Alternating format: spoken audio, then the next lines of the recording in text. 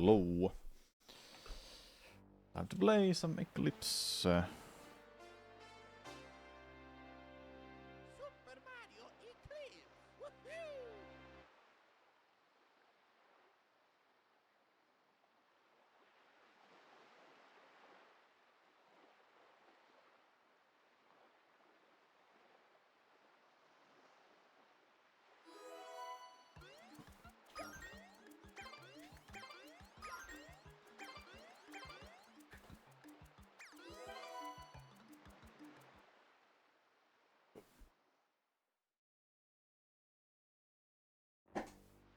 Hello, Old Fast, what's up?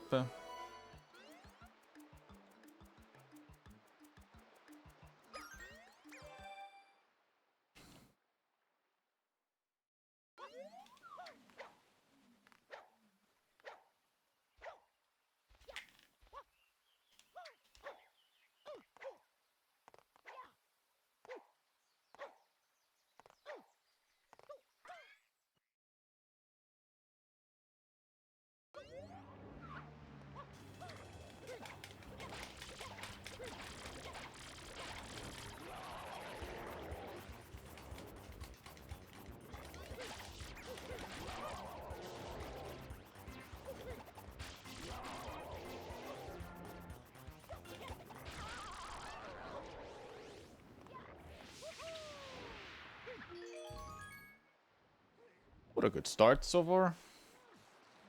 I should have warmed up, but I was doing something else before the stream.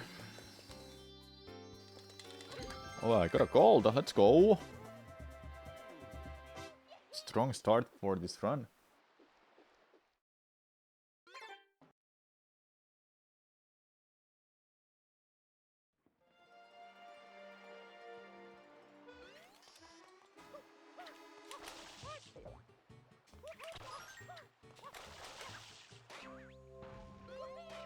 Nice music.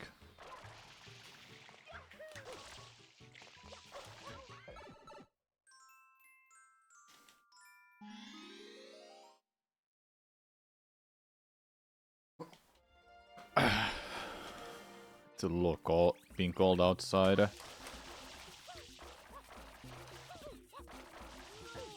Oops.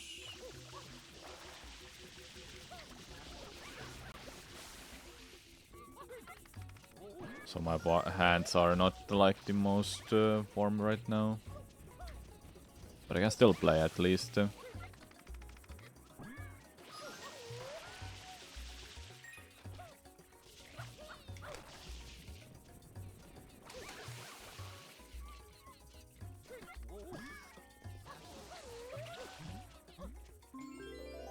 Okay, good.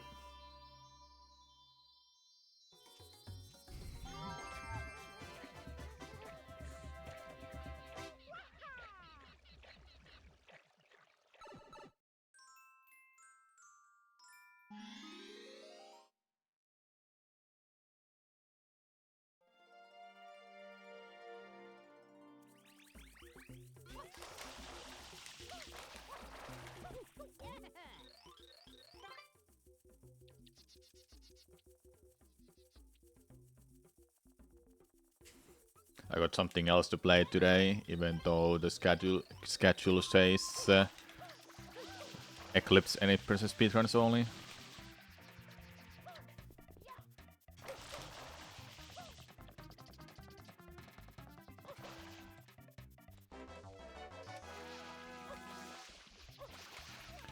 So it won't be a long day of doing runs, just a couple attempts, maybe one finished run and that's it.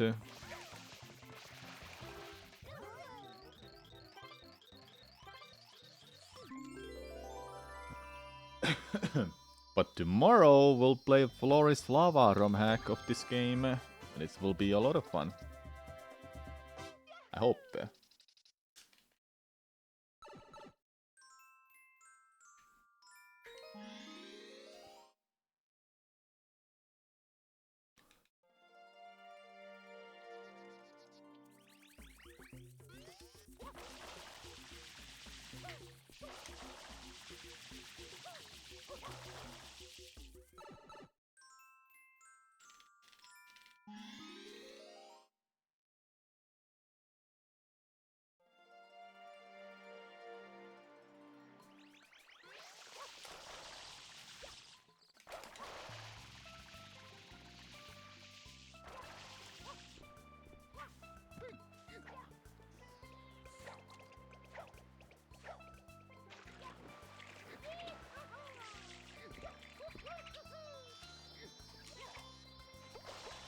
Too early.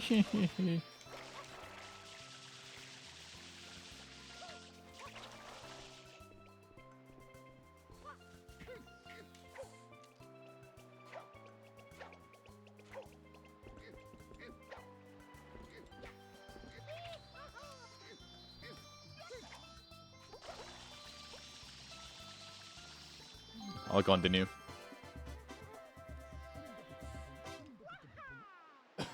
I hovered too early, then I just couldn't save it anymore.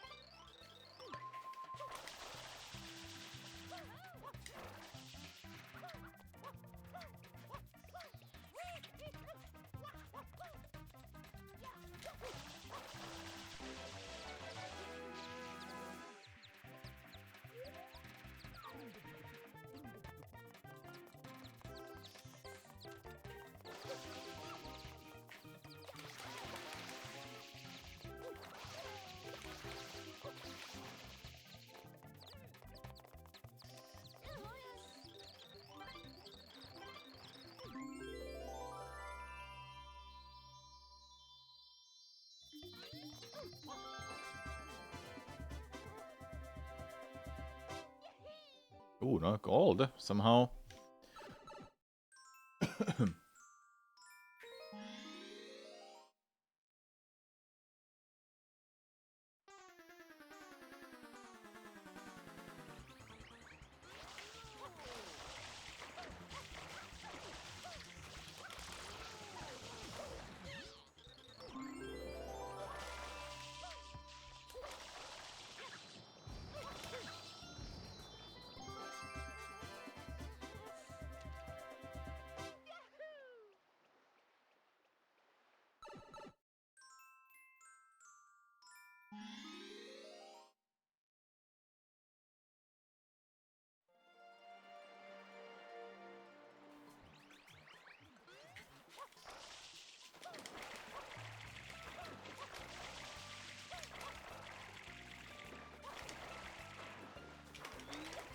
Oops, I think I did jump dive, but it's okay.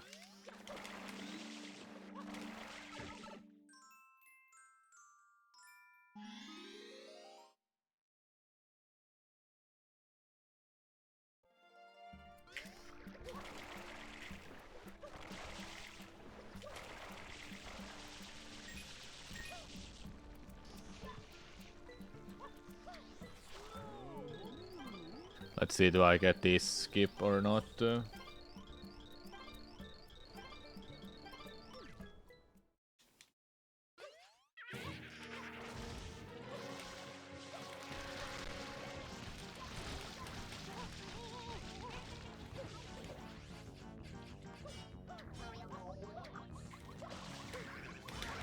I didn't get it.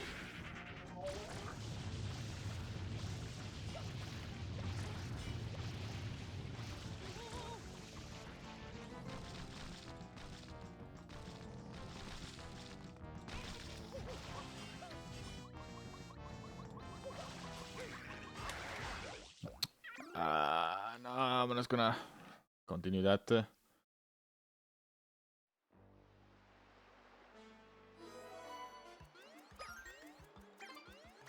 You can hit the corrupt giant sprite again. Then it hits the wall and you're gonna start damaging it again. Okay, and that's a thing all the freaking time with this.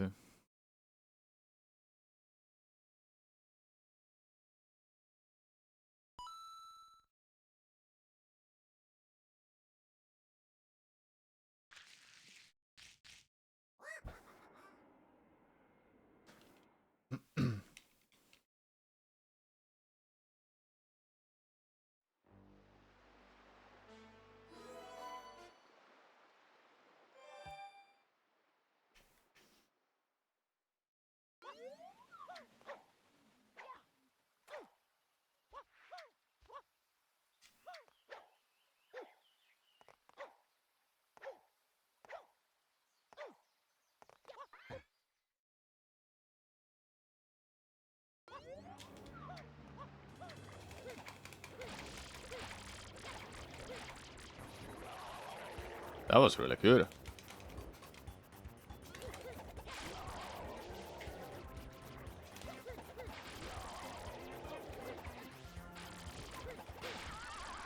Nice. I think it might be a new gold. It was that good.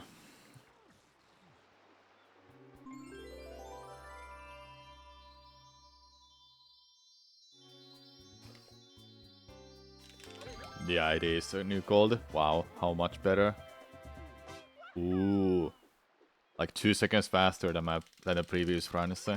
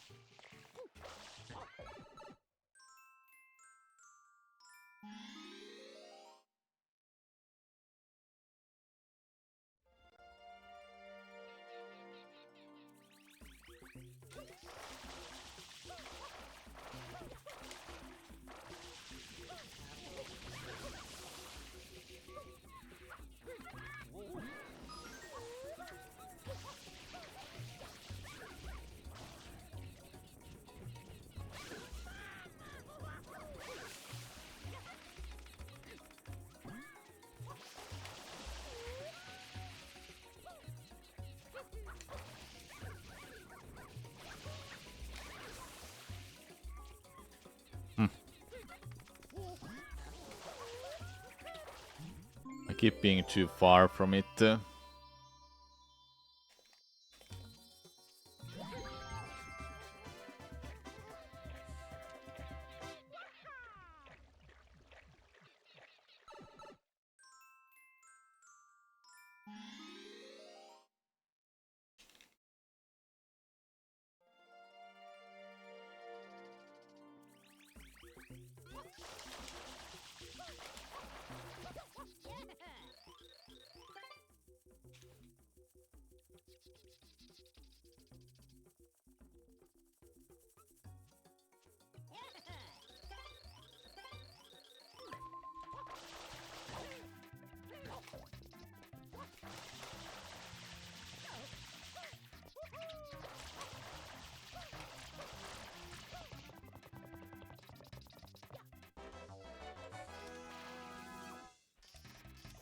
I love the momentum in this game. It's just so crazy how fast you are with it.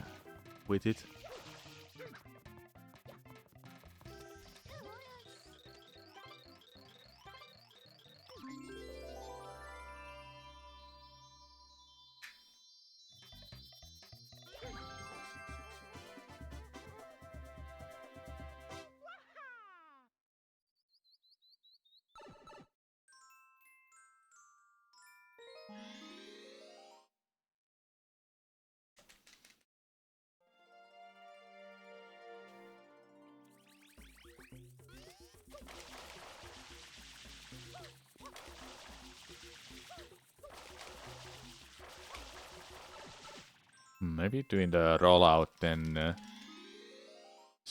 hover splash is better. I'll do that next time if I remember.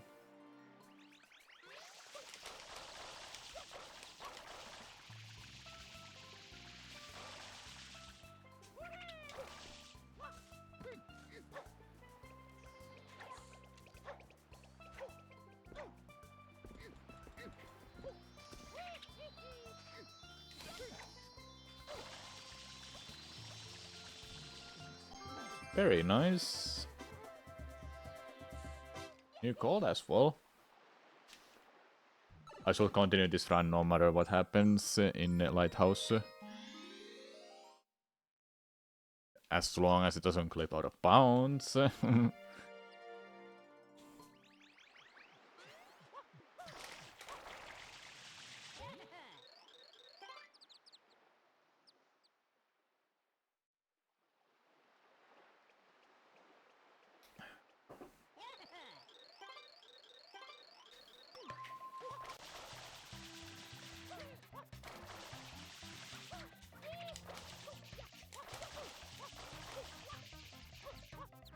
Almost sub 10 seconds. I kinda messed up the ending.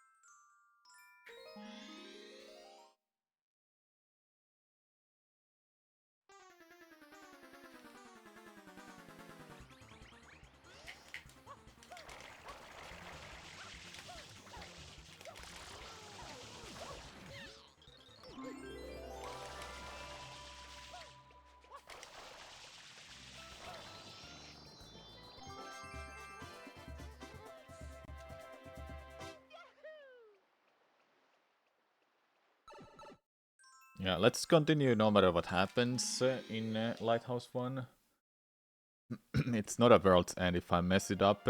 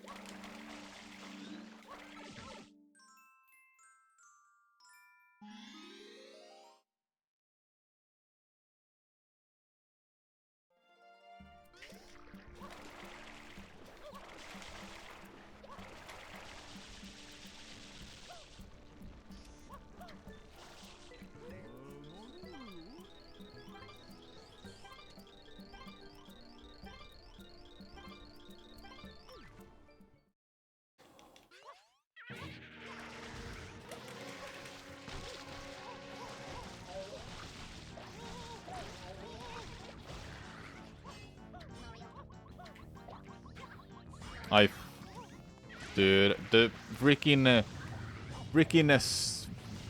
strolling stew or what?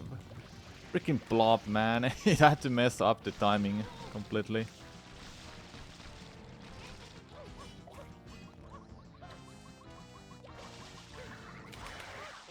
Okay, got it. Got one at least. That's okay. That's okay.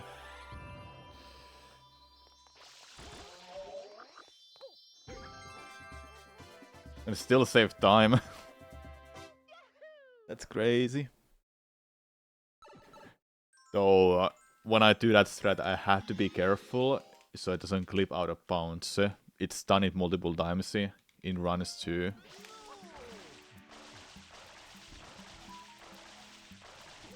Oh, I didn't even pay attention to that.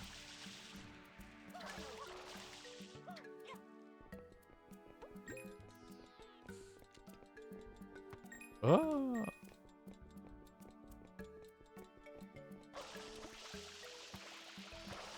That's too bad. Oh. That's fine, that's fine.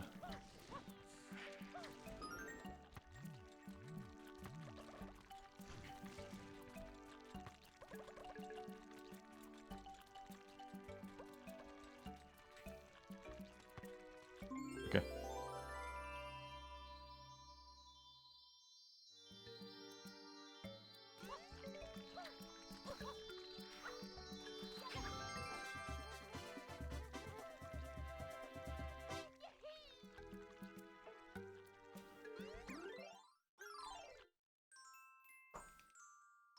Thanks for the good luck, Icer. It's unfortunate that you can clip out of bounds. You found out that in the same time this suffered. The cycle skips. I discovered it by accident. I think it happened in practice. That's when I learned about it. Then it has happened in a run too.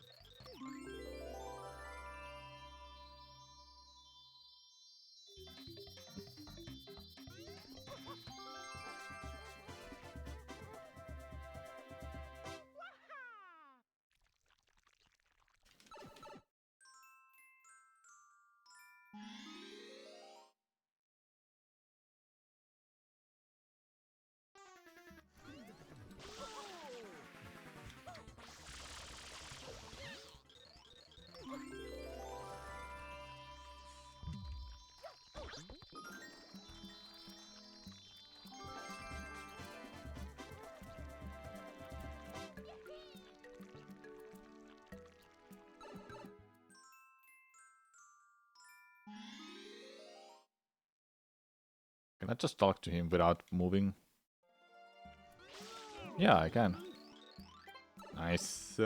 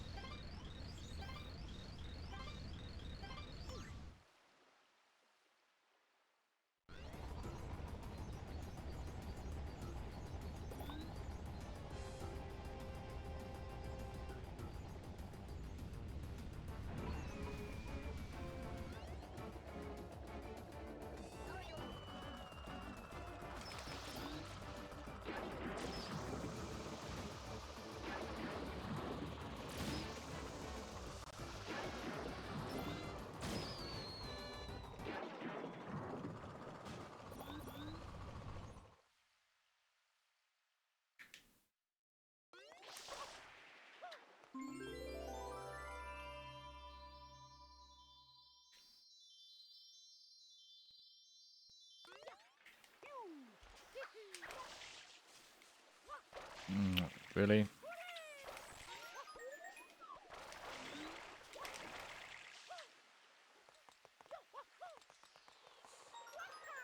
Seriously? Dude, for fuck's sake. And now I missed that.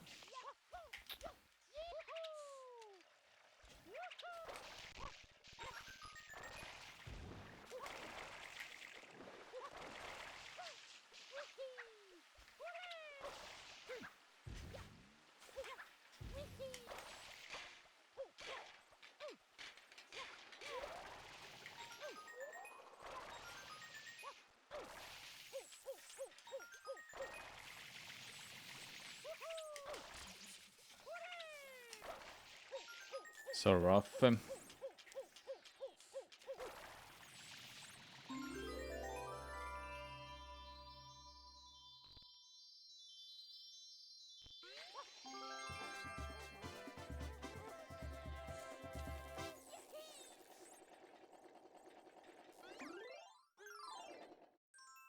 Okay, Pino 3. Pino 5, I mean.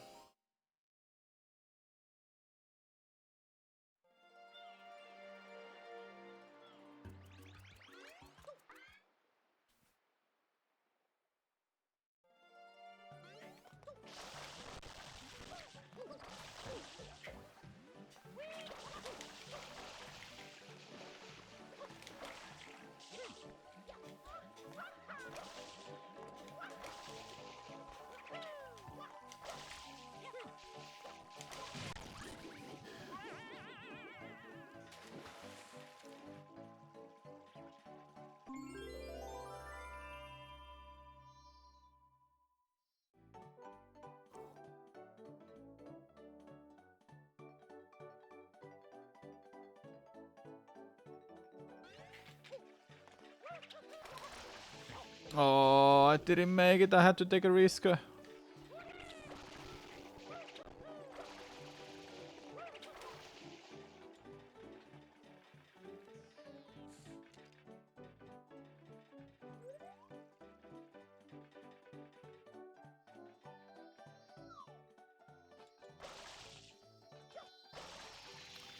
Excuse me, what? What am I losing my jump on? Come on, stop. Like the first one didn't make any sense, but the second one I know why I lost the jump. But still, so many dumb situations.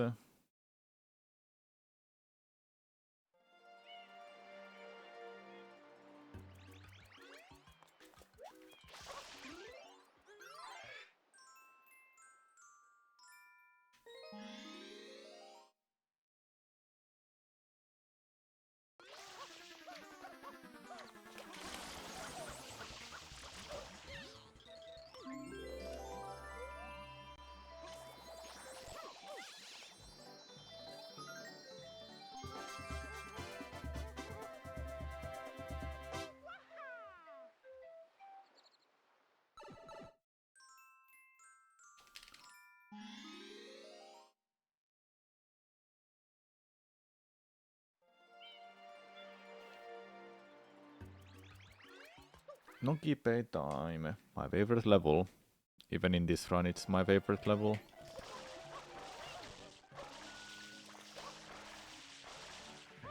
Dude, for fuck's sake with this.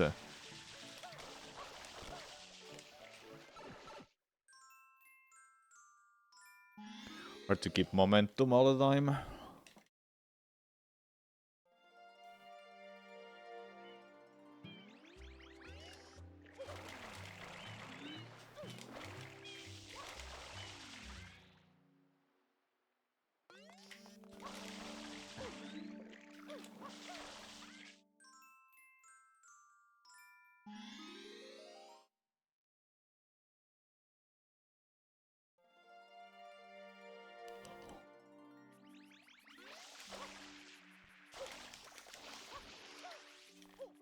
Oh my god.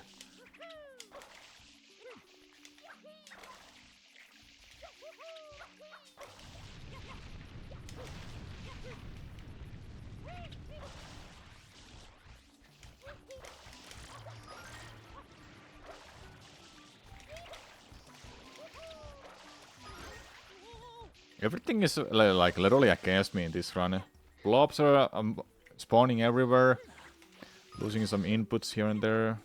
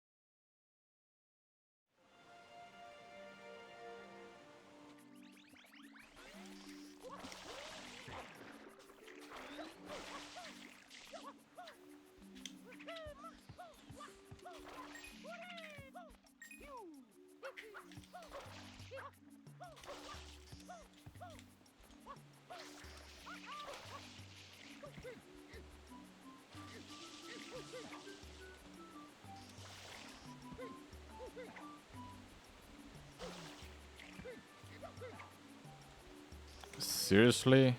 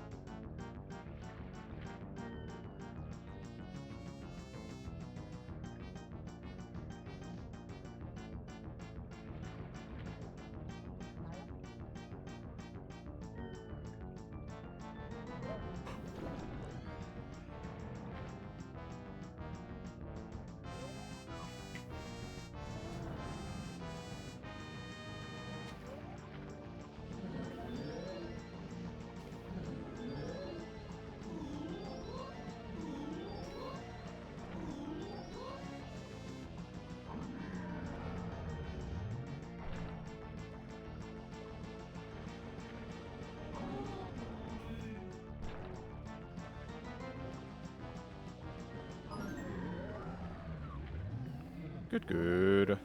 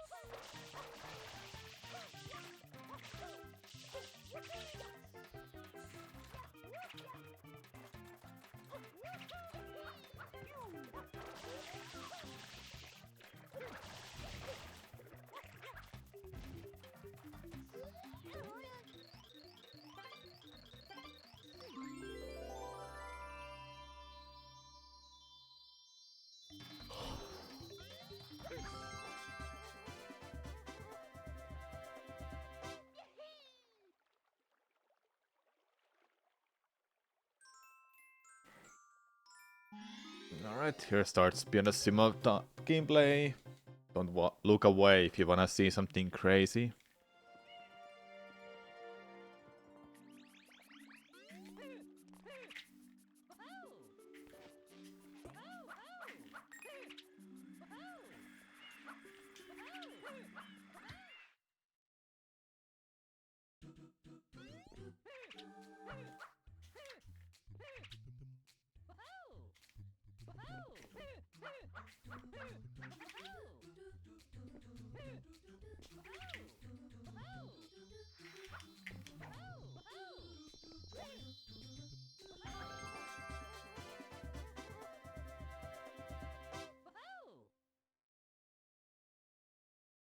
Fast, right? He may be broken, but he sucks at watering anything because he only has water balloons.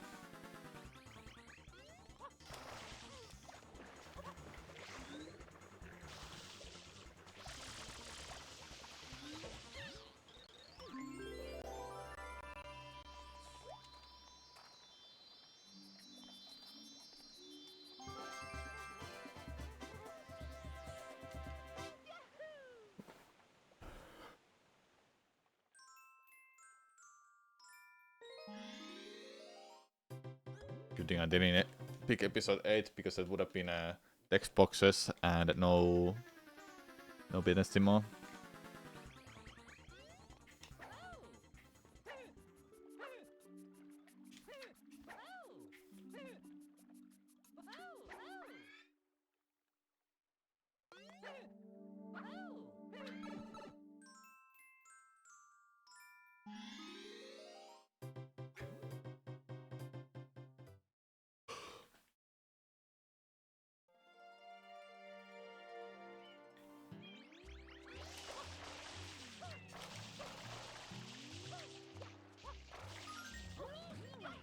Dude, what is going on? That was crazy. How did I save all that momentum?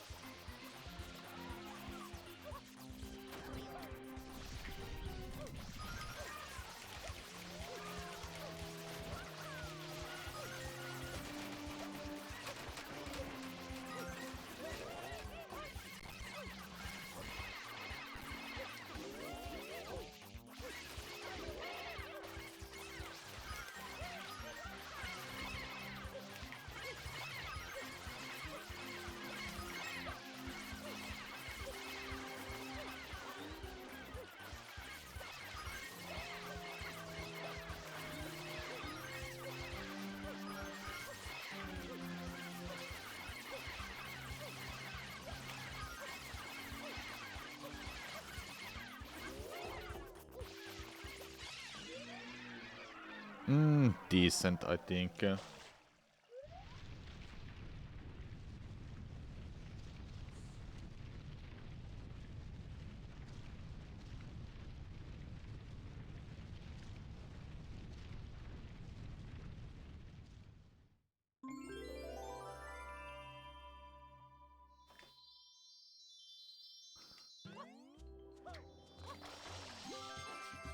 No, it's decent enough to make a new gold.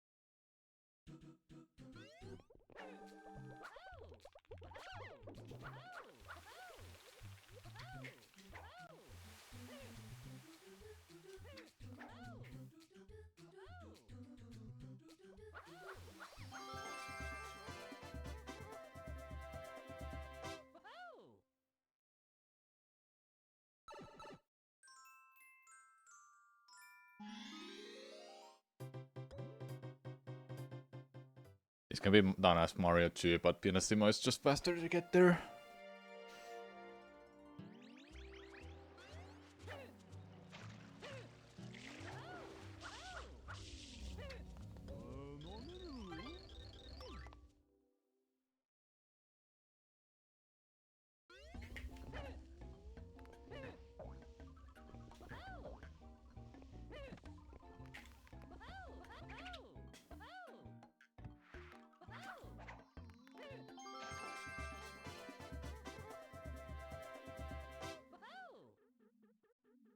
A little silly stuff there.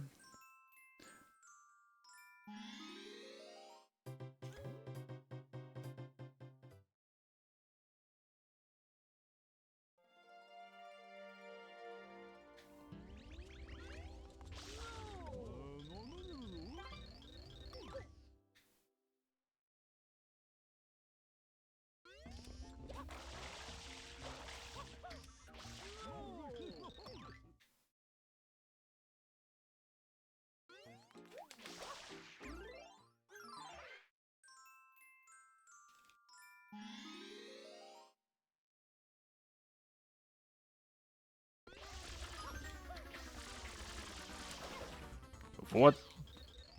Grabbing a ledge, sure.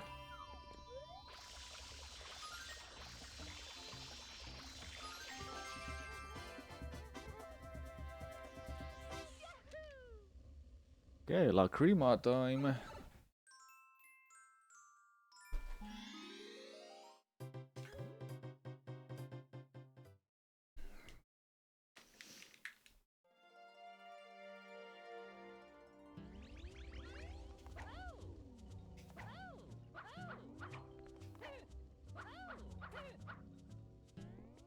Go.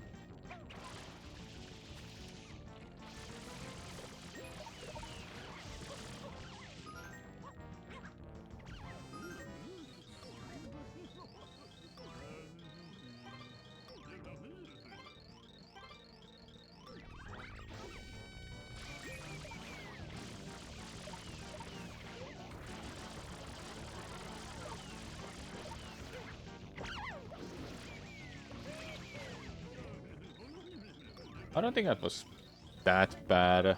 I'll still lose time.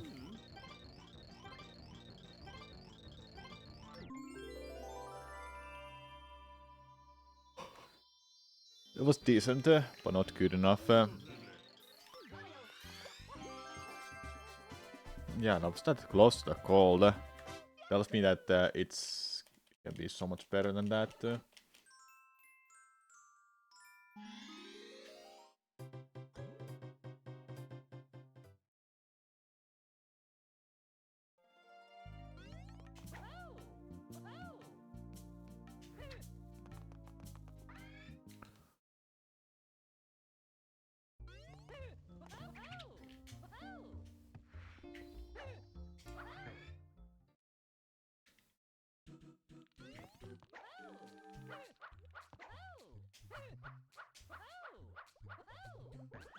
Ah, it had to fail.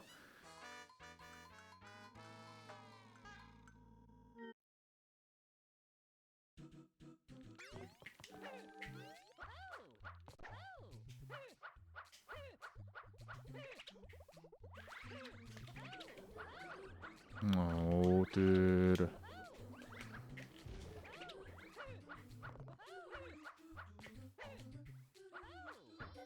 Dude. So dumb.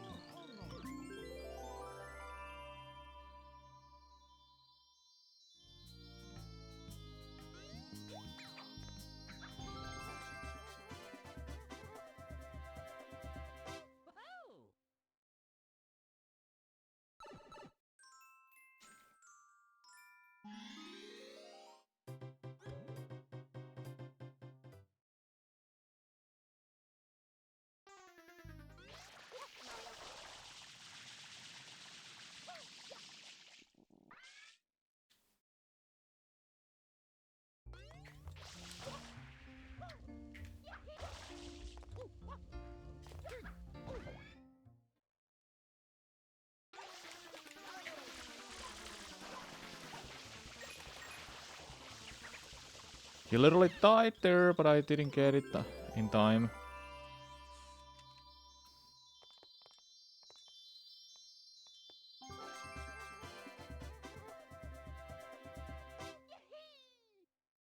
I can definitely get some kind of quick kill there if I just practiced a little bit. But once I go offline, I don't remember doing this. The only reason I practice this is just to make sure I'm not gonna suck for my Speedruns event coming up in 2 months. Actually a month and a half, but still. I think I'm doing fine. My estimate is reasonable too.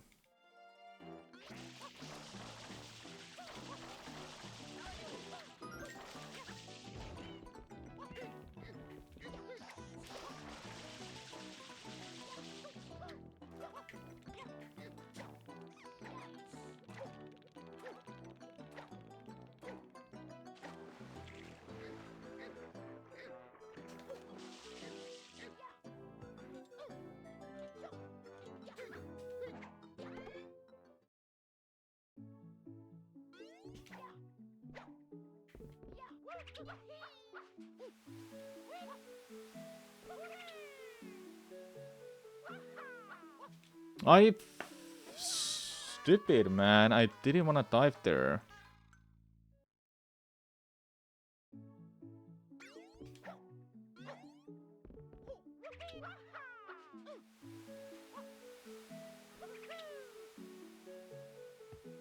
Oh, for fuck's sake, dude. Why is this happening now?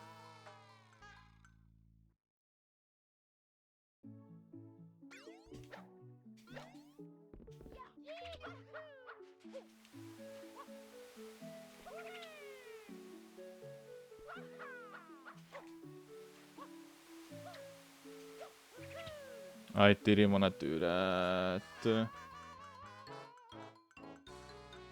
Fine, I'll restart and do a new run. I just do like a one thing wrong and then I'm fucking up everything.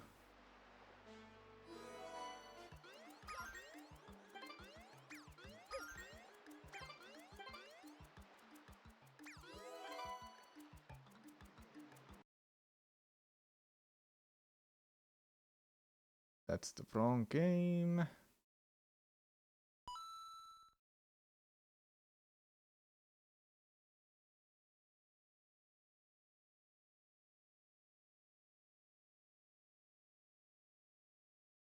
Wait, what?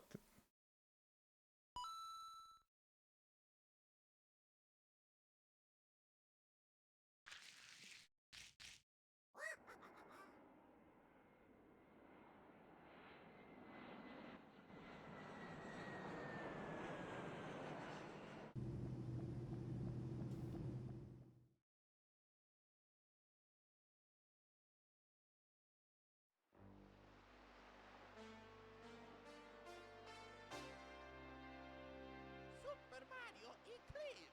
Woohoo!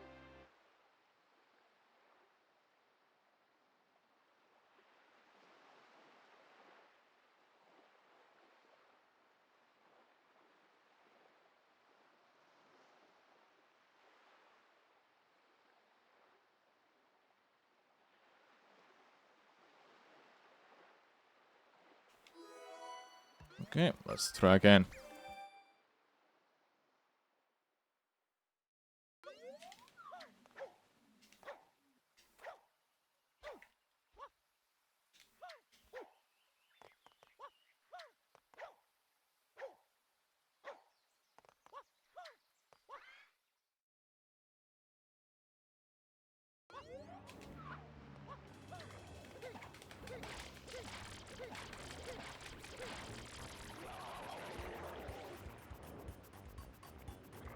Thanks for the good luck, TNT.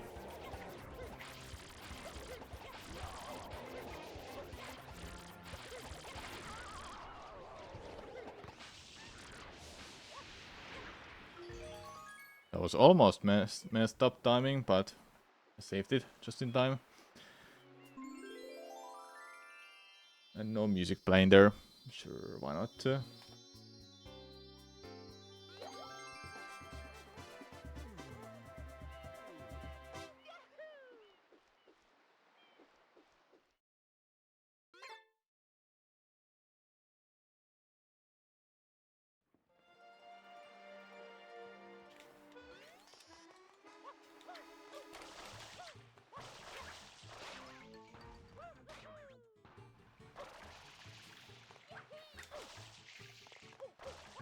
I think I'm more excited for doing Floris Lava hack tomorrow than doing these runs. But it's just for this day, then I'll figure out if I wanna do more runs next week.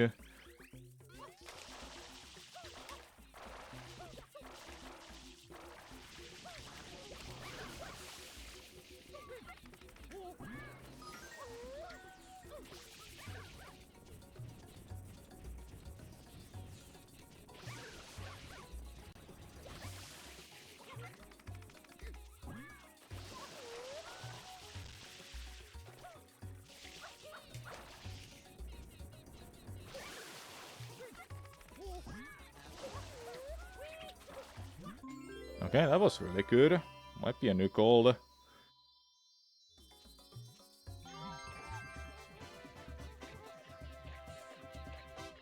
Sweet. The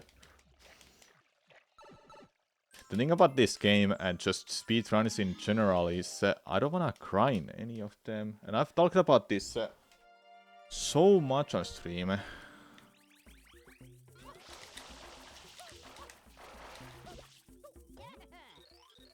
And I still keep going back to these speedruns from time to time, and I just can't stop. Gotta keep playing these, speedrunning them.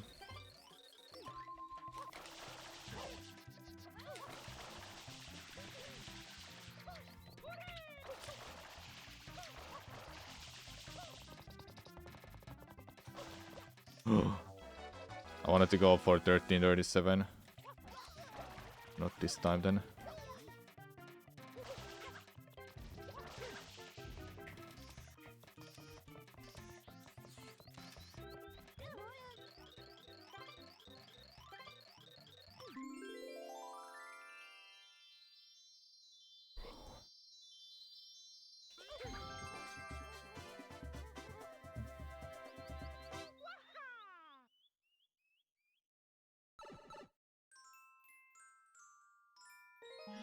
I don't know what is it to me that I don't want to grind any of these games anymore. Like, I know the reason, but is it truly the reason?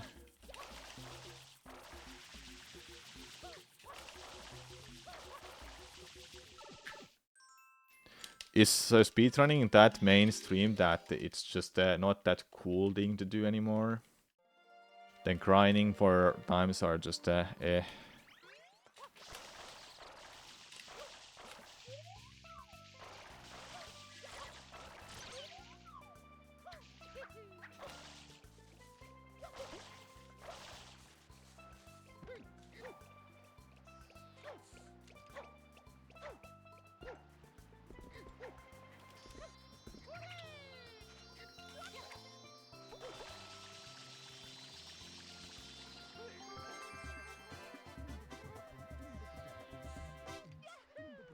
Oh yeah, I got GPS. Let's go.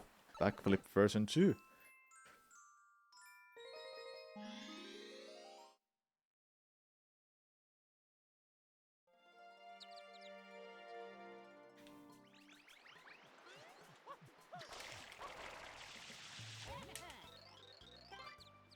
I have so many like nice speedrunning goals in my mind, but gotta grind those, man.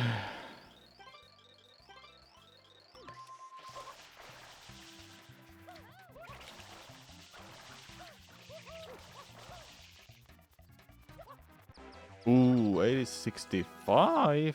That's real fast. You can't concentrate on the same game for more than 2 hours at a time, so grinding will be a no-go for you. Well, my thing is that I did enjoy grinding back in the day, and I was speedrunning like every day. But nowadays, because the main focus for streams and such is like creating content, speedrunning is a form of content too, but anybody can do it. It's not as cool thing to do anymore as well, and grinding for a world record or a new time is like that's just I wouldn't say a waste of time, because it is not. If you have your own goals and all desire to want to go for it, but I just love creating content more than doing speedruns.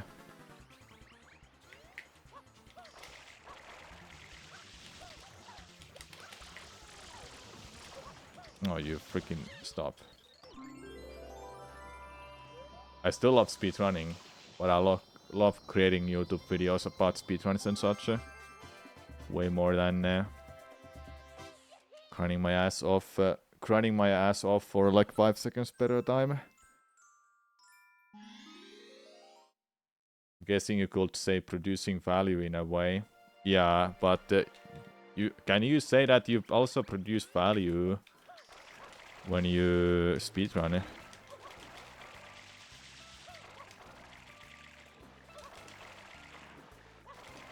Like you're getting kind of times that nobody else might have.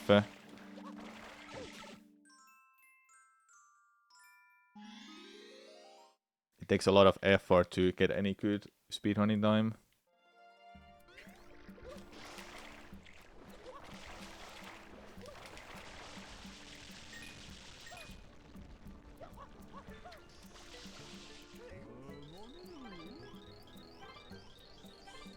Ads are starting, just so you know. Don't know how long it's gonna be.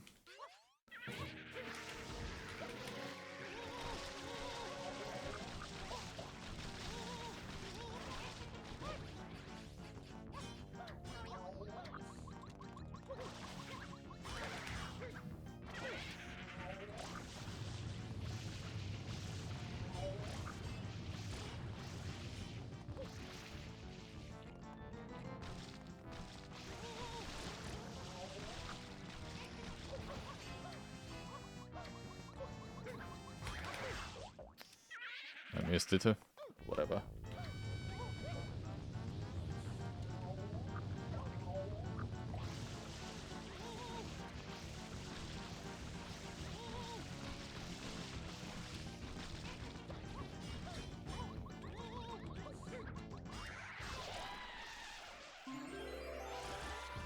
Well, given it's in a context of content,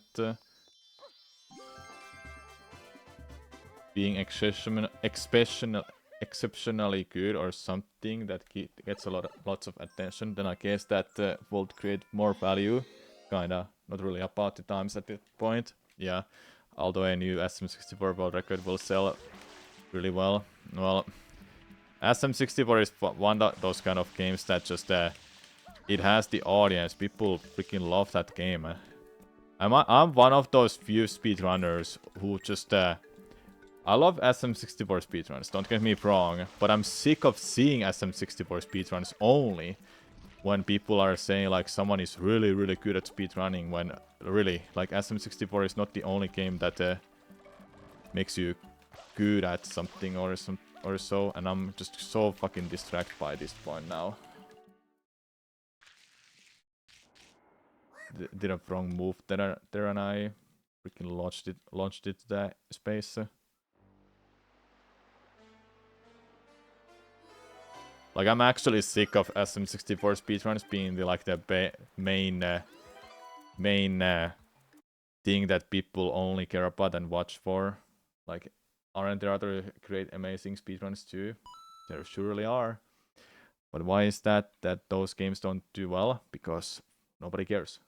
People only care about SM64. And it's so easy to follow. You collect stars and that's it. No, it's not your ball there.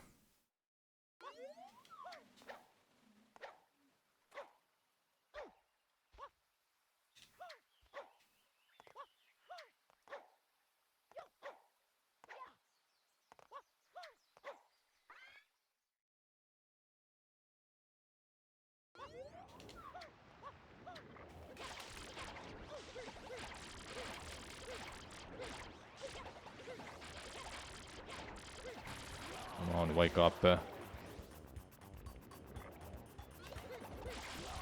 So yeah, I might be one of the VFP speedrunners who just dislikes SM64 speedruns in some way. Even though I really love watching them. Which is so weird to say.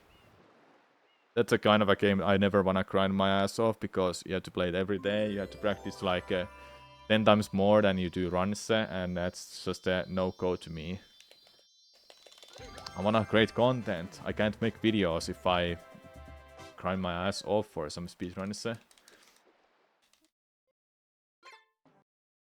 Yeah, it gets stale over time to me. So yeah. Like I said, I can't make videos if I'm grinding my ass off for something.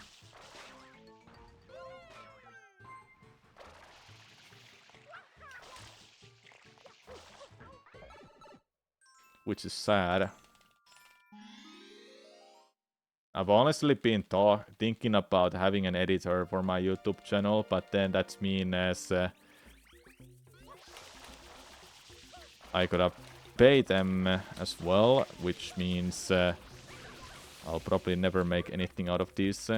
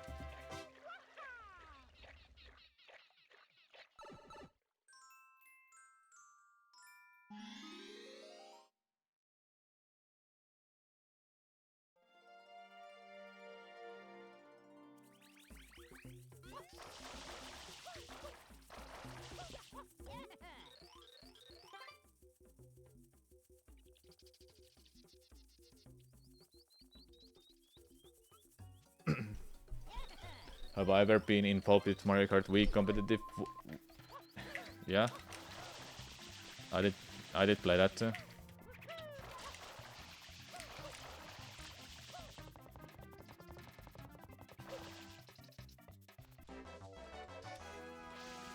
That's definitely me.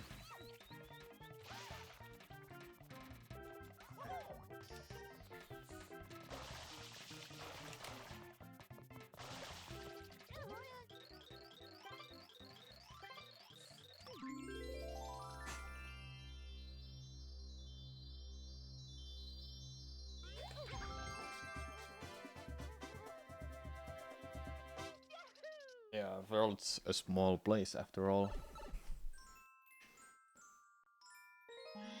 People have noticed me in Overwatch when I play it, like once a month.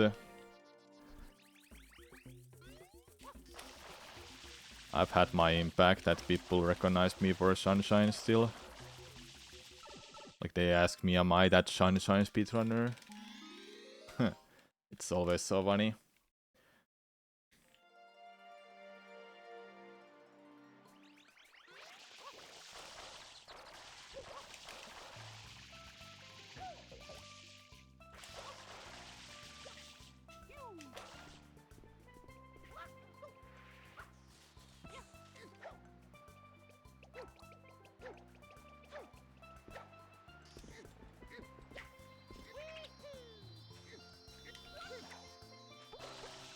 It's freaking too early.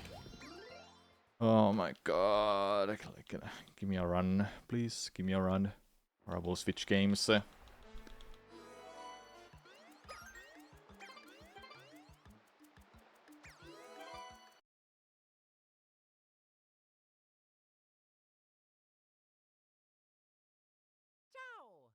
Ciao!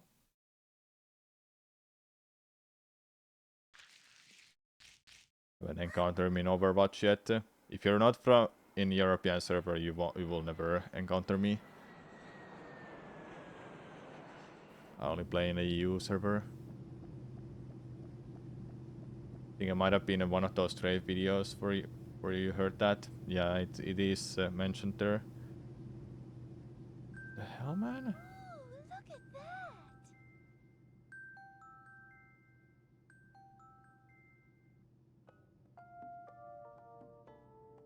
Whoa. Okay, then you definitely can have a chance to see me in Overwatch. I had a really funny YouTube video comment that came out today. The comment said, nobody wants to watch a speedrun and have to listen to the player express their opinions. I was literally like confused face, that meme face. I'll just show you what confused face I was.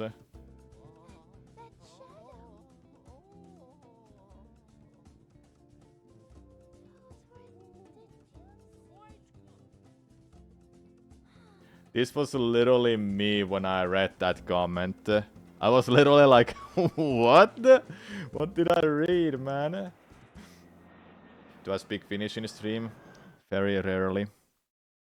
I only speak when I'm trying to tell someone to speak in English, or when I don't specifically know what to say in English.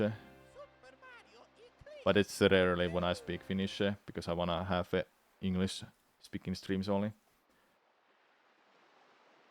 Okay, let's try again. I don't have my timer up.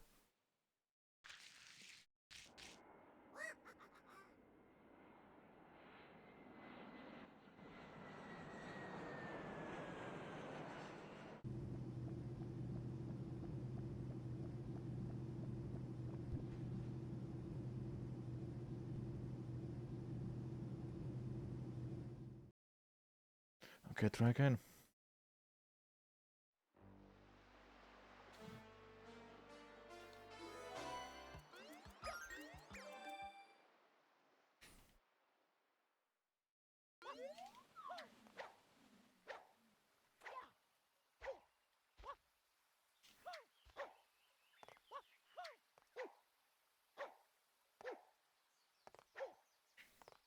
Thanks for the good luck, Inkstar.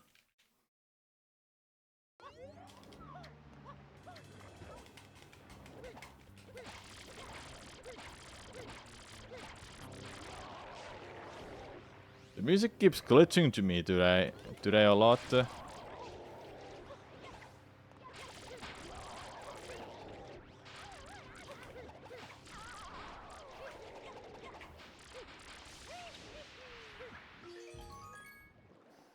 I don't know why.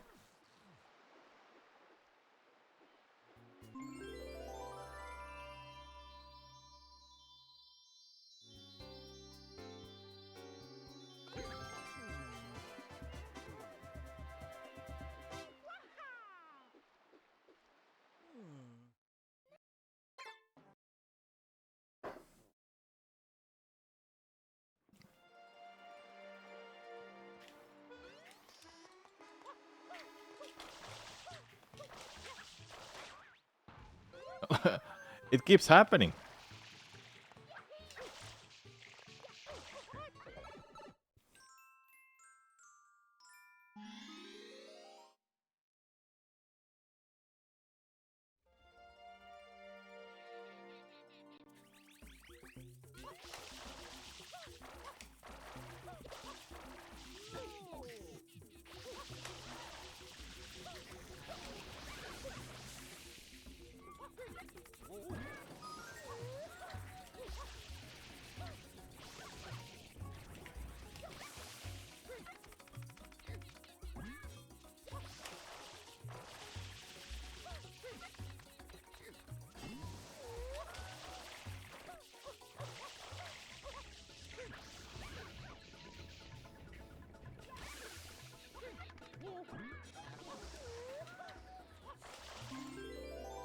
Yeah, I need to land on that quickly.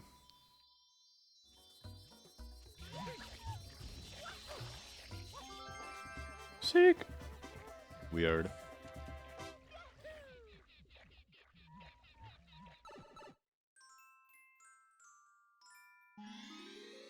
I feel like if I don't get a run going, I would rather just switch games, so I'm not wasting my time on this.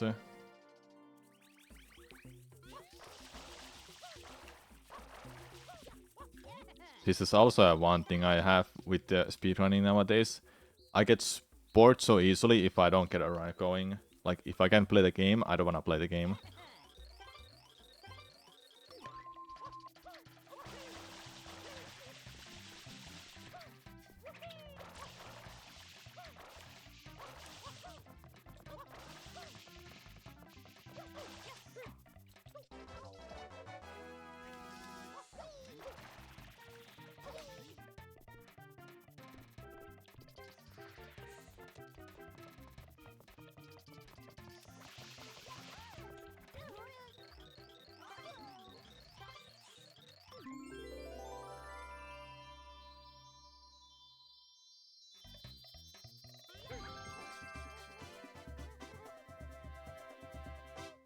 I feel this week was enough of Eclipse speedruns. I've got something else planned for the next week then. I'll play this again once Finrun's event is closer, which is at the start of January.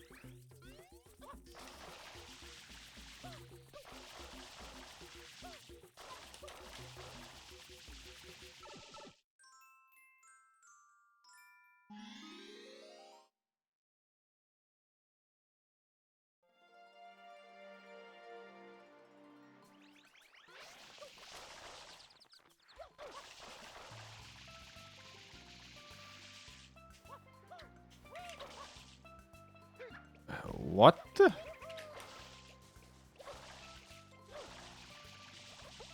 Oh my god. Dude, I'm like getting so pissed that this game is just... Where did it go? It was... Oh my god.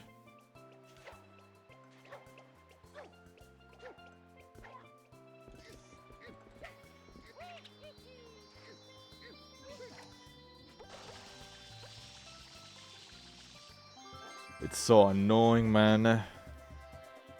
First it wasn't there, then it all of a sudden just appeared up on a tree.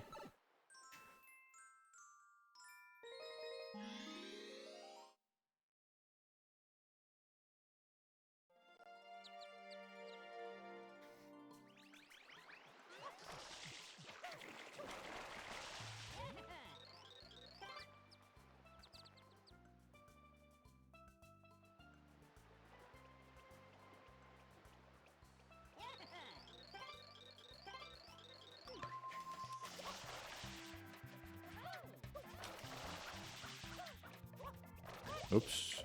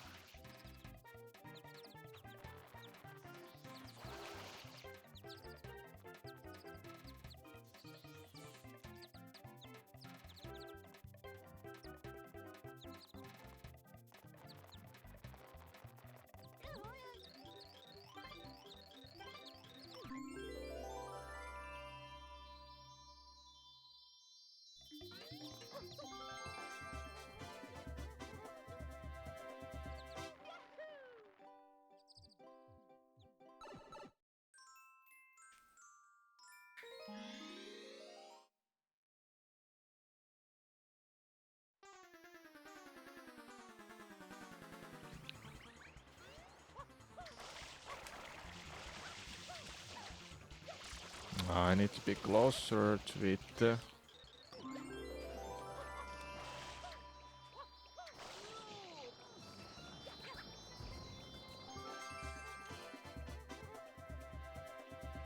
I need to do more fun stuff on stream. This is just making me annoyed.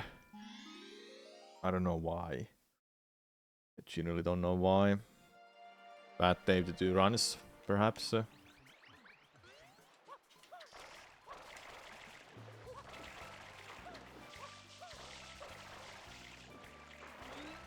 Please jump out of the fucking water.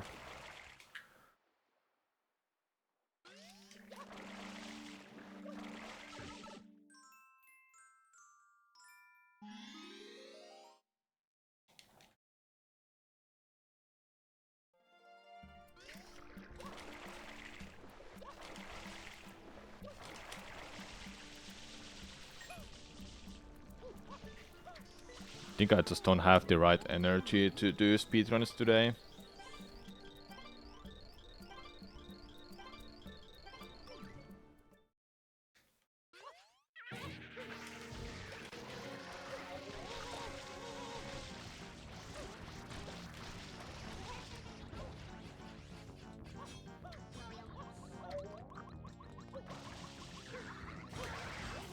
I literally had it.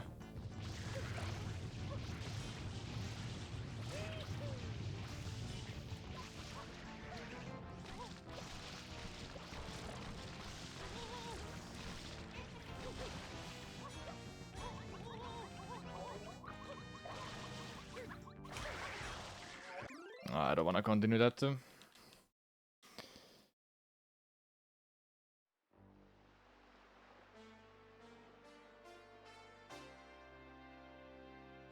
Mario Eclipse. Today is not my day, chat, with this. Does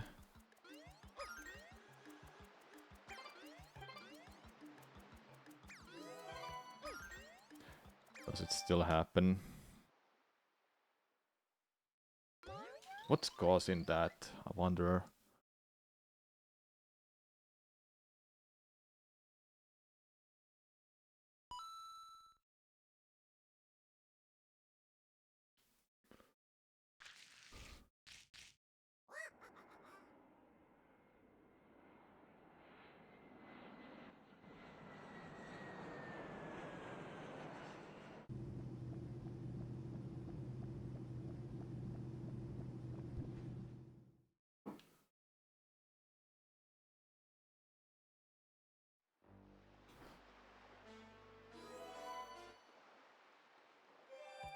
How about now? We get a run going.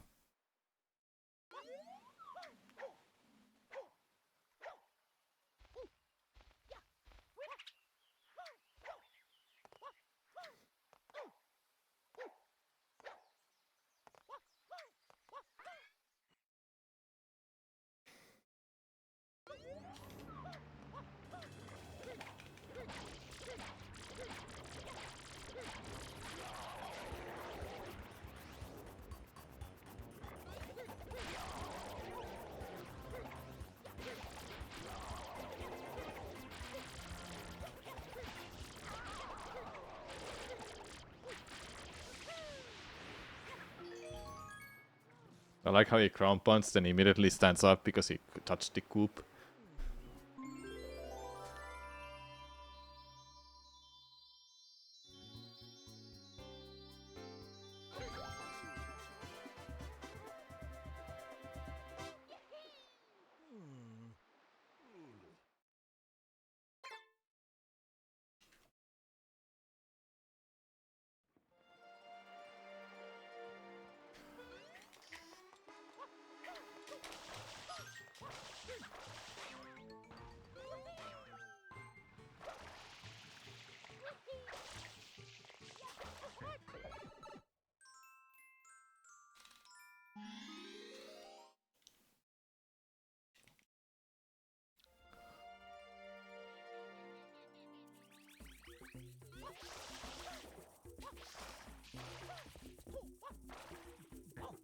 Dude.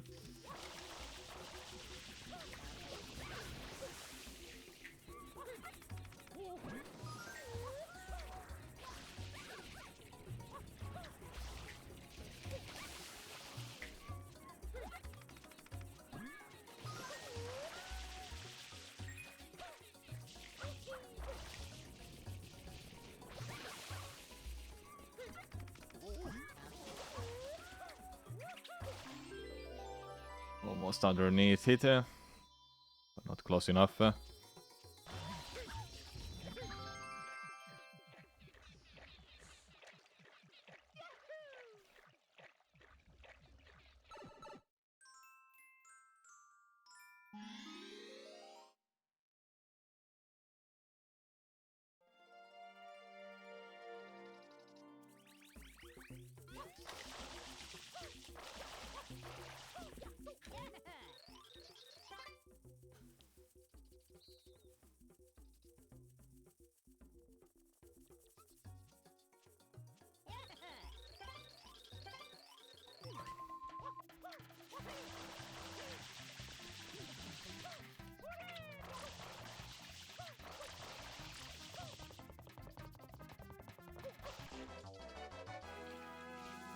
I like that. So fast.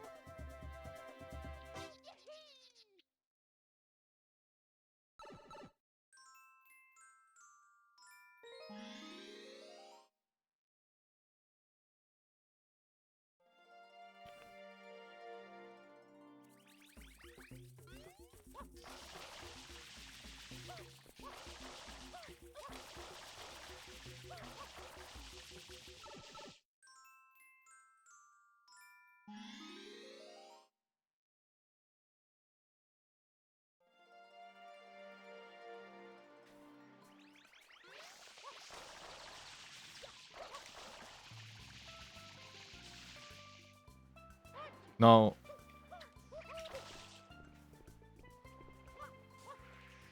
Every time.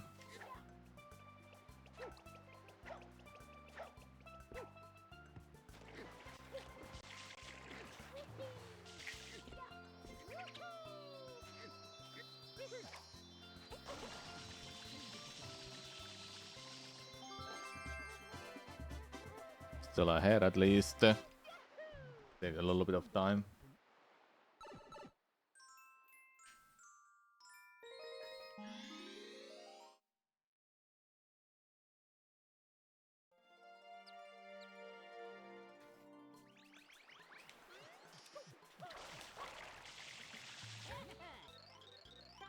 The one thing I really just want to get started with is Metro Prime Trilogy speedruns on the original versions, that is, because they're faster. Because I have so much planned for Prime 4, I just want that game already. I want it so badly. It's gonna become my addiction.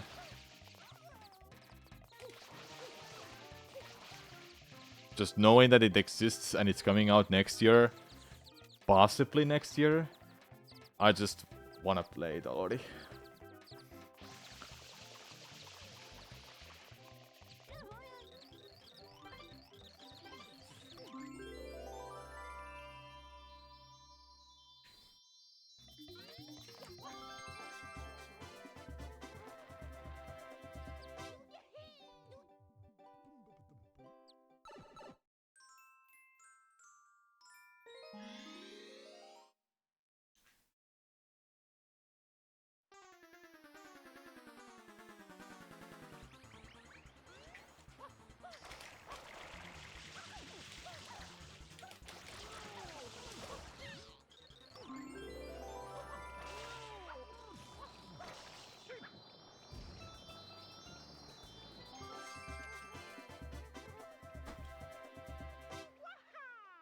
That was a good gold. Let's go.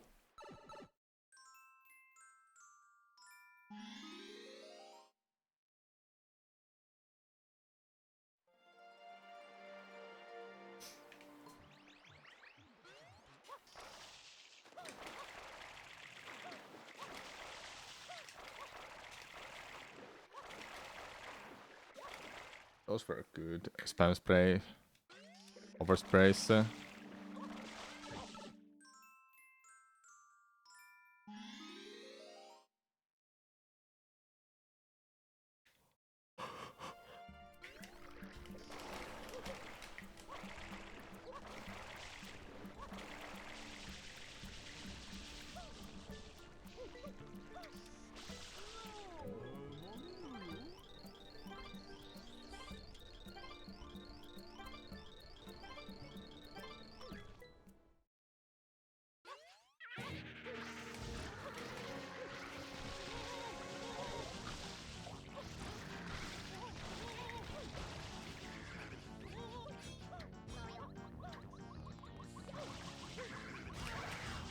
I wasn't close enough. The middle.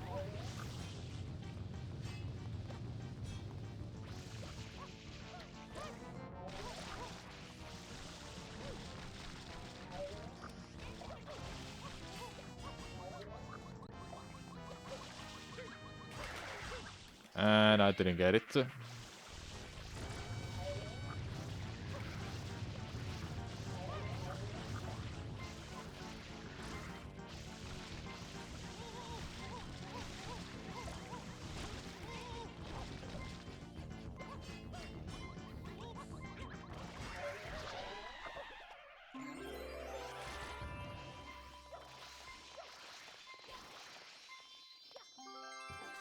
Okay, I won't reset anymore. If whatever happens, happens with this run.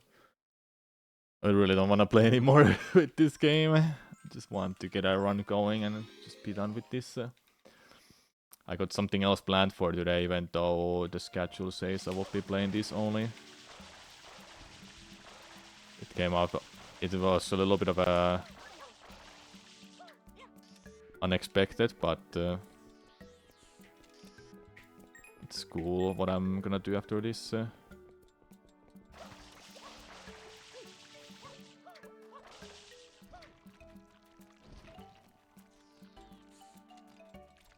Dude, the freaking Call of Durian.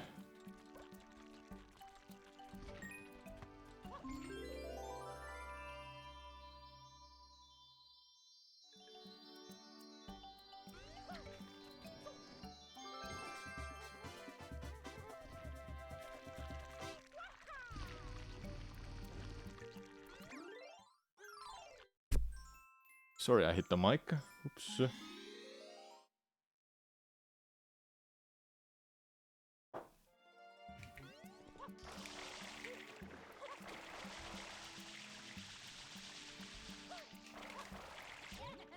At least you don't use a manhole before kicking that. Yeah.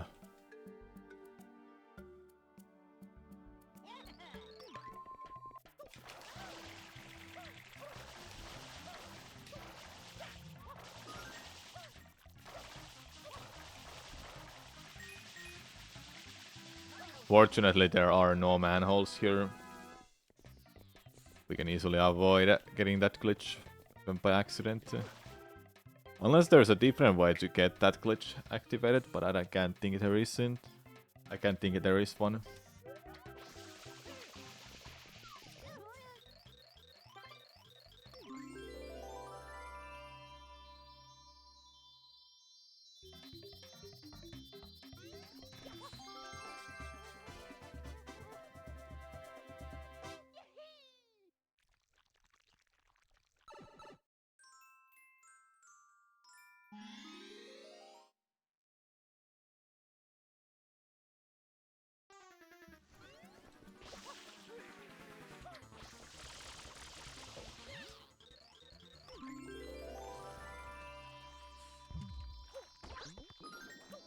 Boom.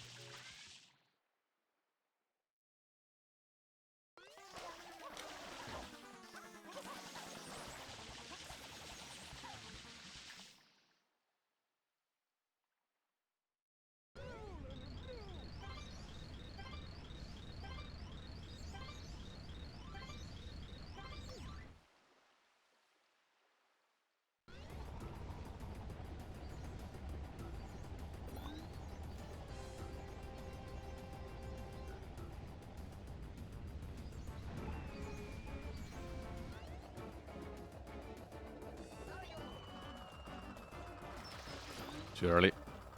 Yep, every freaking time. When I make a mistake there, it's always early shooting.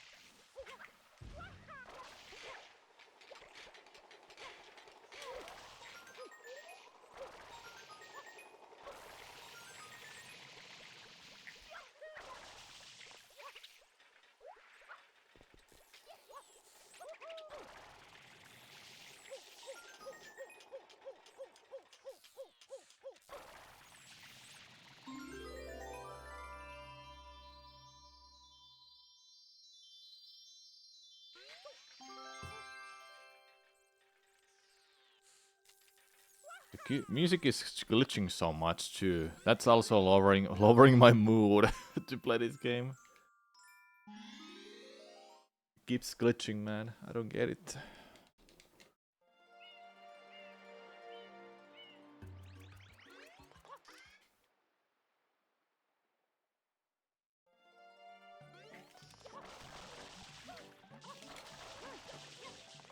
Oh my god, that also just...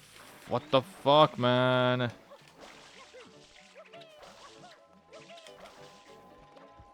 Well, that's because the music glitch is something they can't just simply fix.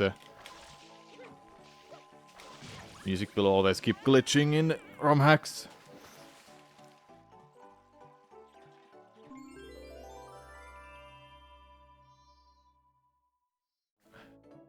...60 FPS does it sting too sometimes.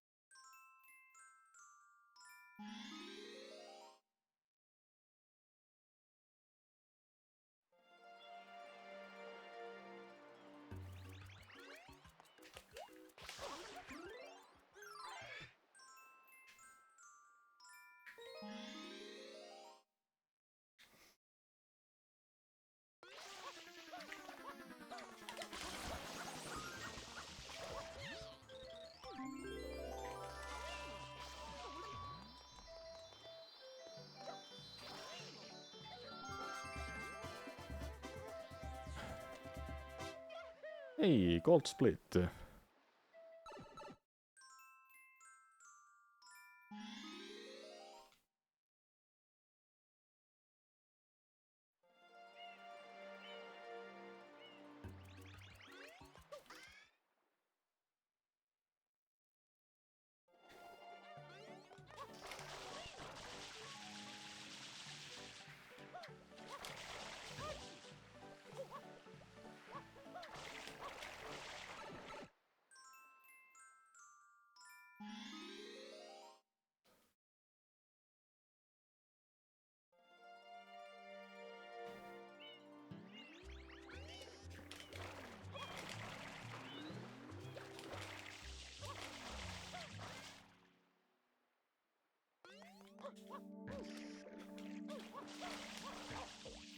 I thought I was gonna be smart and not do that anymore, but still I fuck it up.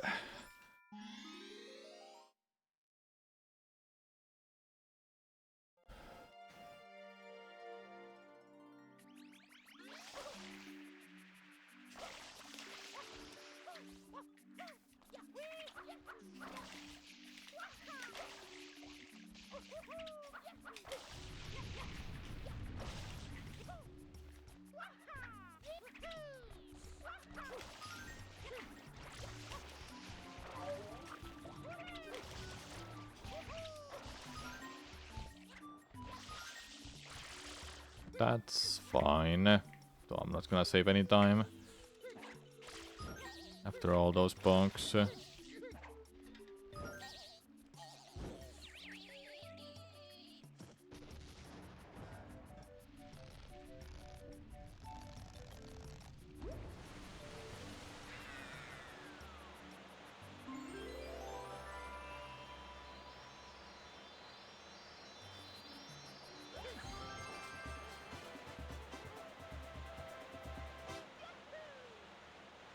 At least I got a run going. That's what matters.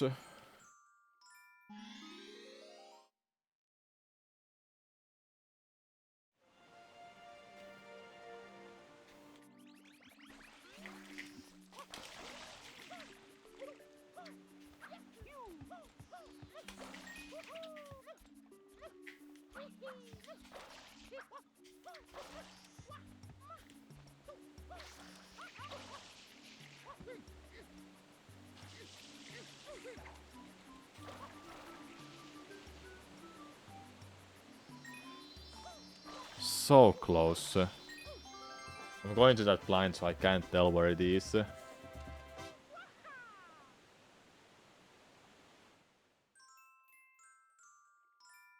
Though based off the screen on the left side, I might be able to tell where it is, but it's still gonna be hard because it's going in blind.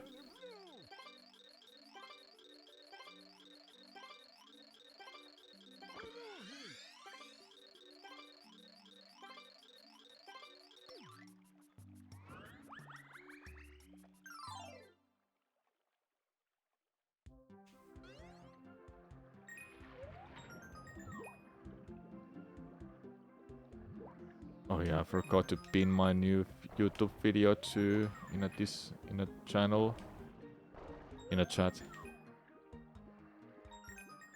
I have a new YouTube video out. If you're interested to go check it out.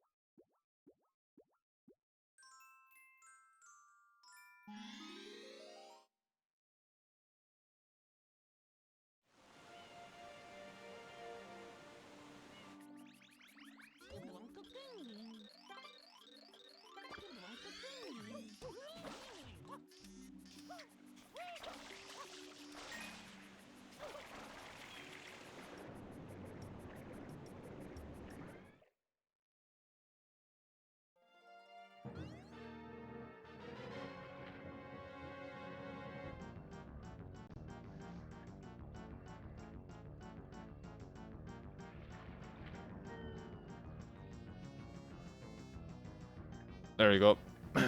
Multitask completed.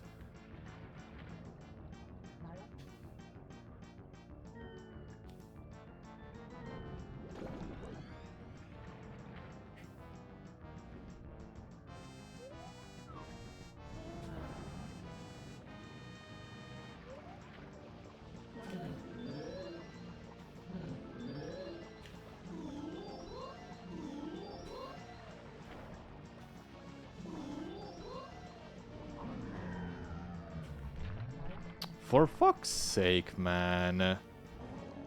Oh, this fight sucks ass now. Now I have to wait for it to climb back up. Yeah.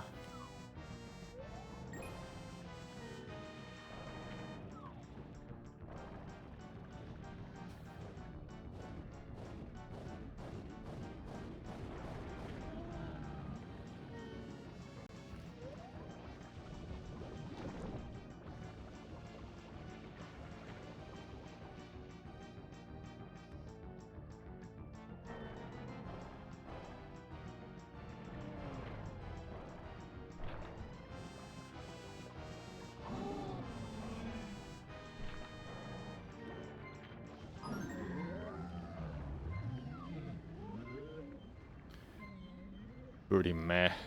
You lose so much time from failing that strat.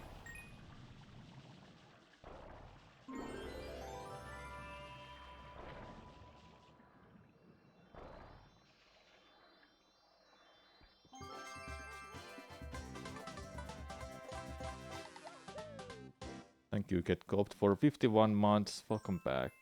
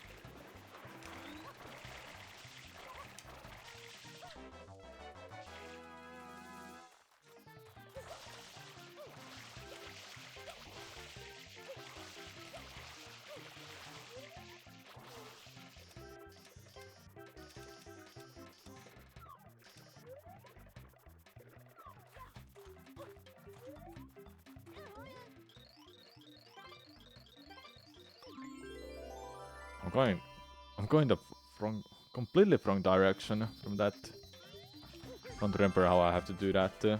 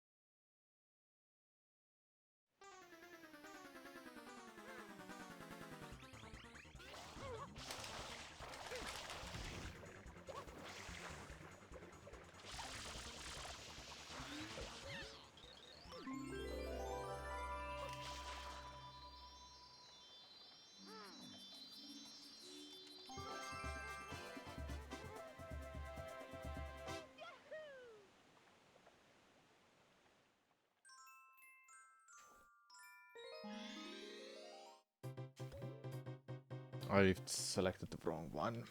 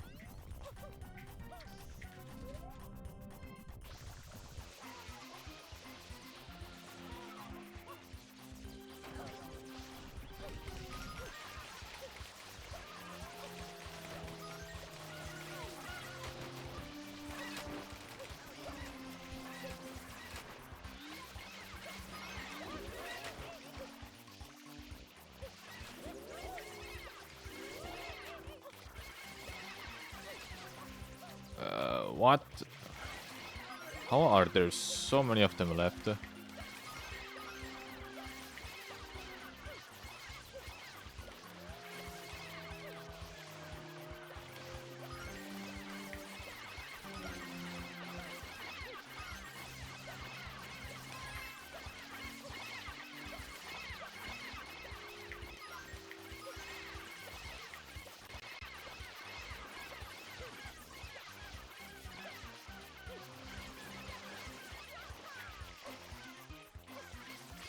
Well, this sucked ass, I must say.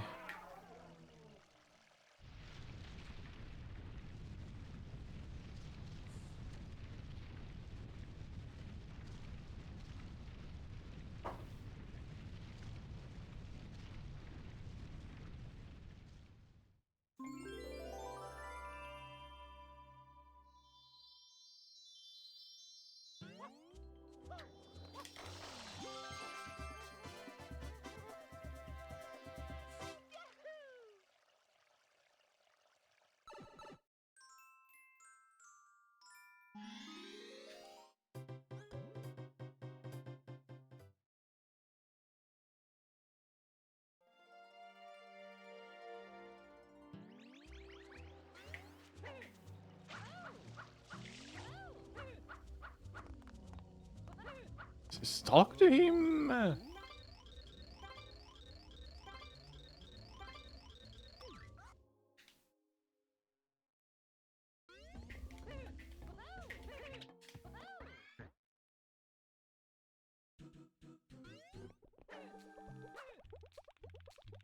Overshoot that? You're supposed to land on the enemy!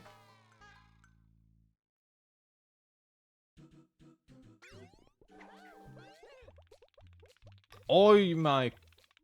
Dude. How is that possible?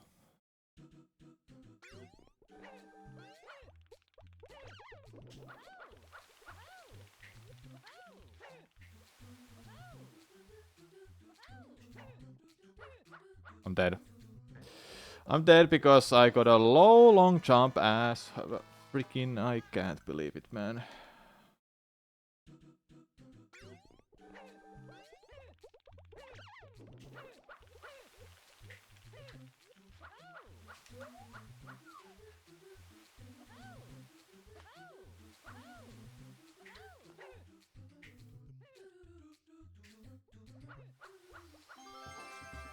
Oh my god. I don't wanna continue this run anymore. Let that be enough of Sunshine or Eclipse today. I can't get any runs going. Something is off. for me.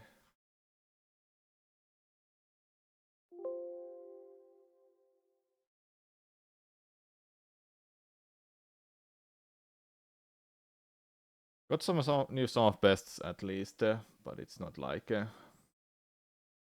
great, honestly. I don't want to do any more runs. I got something else planned for today, so I didn't want to play this game too much. This was like a little bit of a came out of nowhere. What I will do, but that's okay. Though before I switch to that, I'm gonna take a break and let's continue watching this video from Zachary Cannon called "The History of Star Fox Adventures World Records." The next one is gonna be a chapter 3, and after I've had a break, I will continue. Then I will. Then I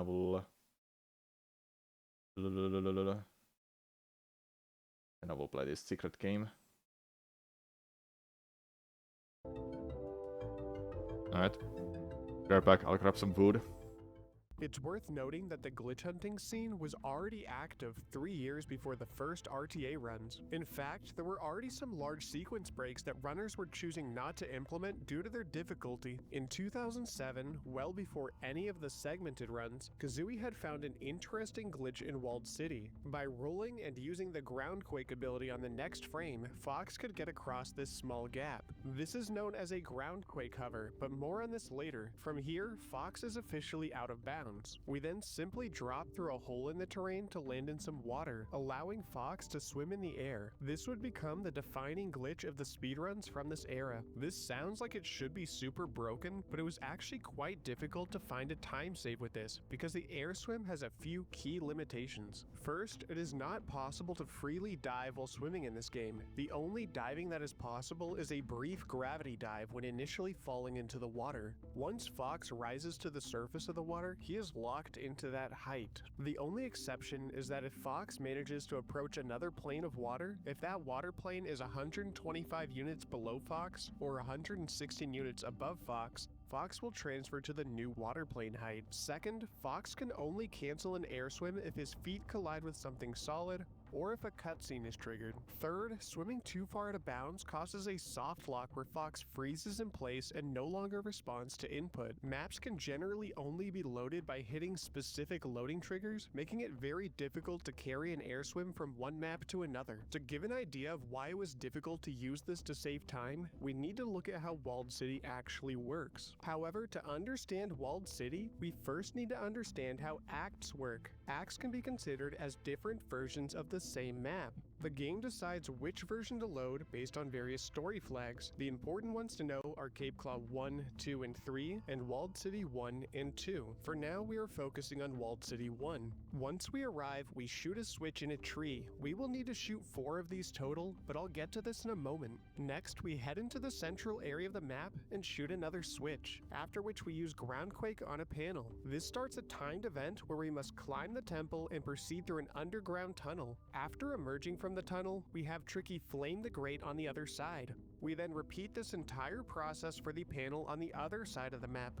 Once both are flamed, a door opens revealing a path to an underground chamber. From here, we walk through this now opened door and approach Tricky's dad. This triggers a long cutscene, after which a bridge is raised. We cross the bridge, shoot the third switch, and proceed to the shrine. Inside, we gain the Super Groundquake ability. This ability has exactly one use in the entire run. It allows us to kill the 4 red eyes on the map.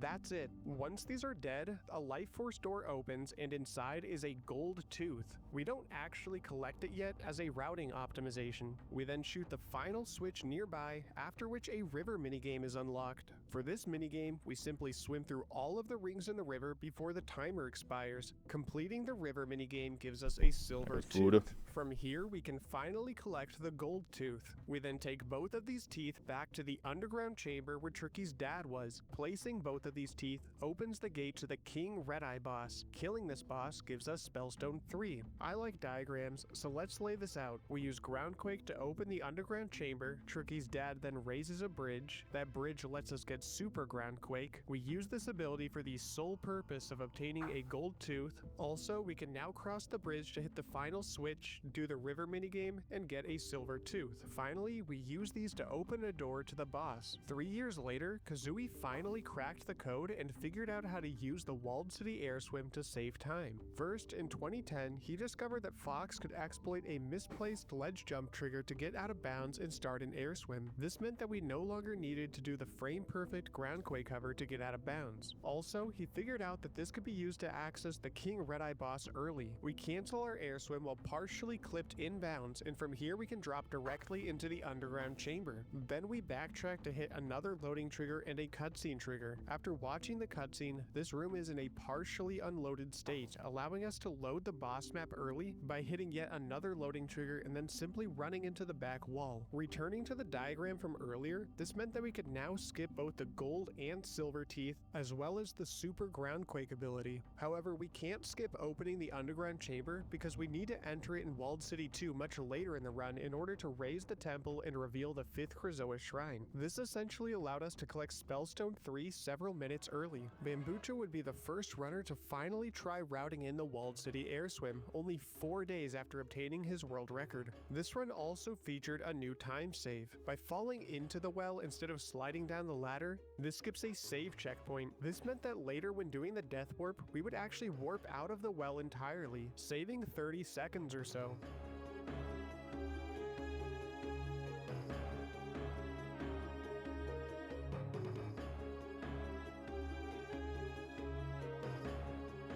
Bambucha was executing well, over 2 minutes ahead of his world record. Unfortunately, he took a fall in Ocean Force Point Temple, but quickly made up for it by being the first runner to pull off window jump in a run. Bambucha executed the first flame dowsing puzzle incredibly well, but mismanaged his mana. For context, there is a puzzle that requires shooting switches at just the right time to put out flames. Afterwards, there is another puzzle that requires shooting a block to slide it through a small maze. Later in the run during Ocean Force Point Temple 2, harder versions of these puzzles are active. The flame puzzle also requires matching colors, and the maze puzzle is slightly longer. Frustratingly, these are mana-intensive puzzles, and there is no convenient mana nearby. This is actually the primary reason that we obtain mana upgrades in this run. Running out of mana here means executing a slow backup strat that requires collecting magic from a mana plant on top of a climbable wall. This is exactly what happened to Bambucha. Climbing is slow in this game, so this was an annoying time loss. And last but not least, he implemented the Walled City air swim.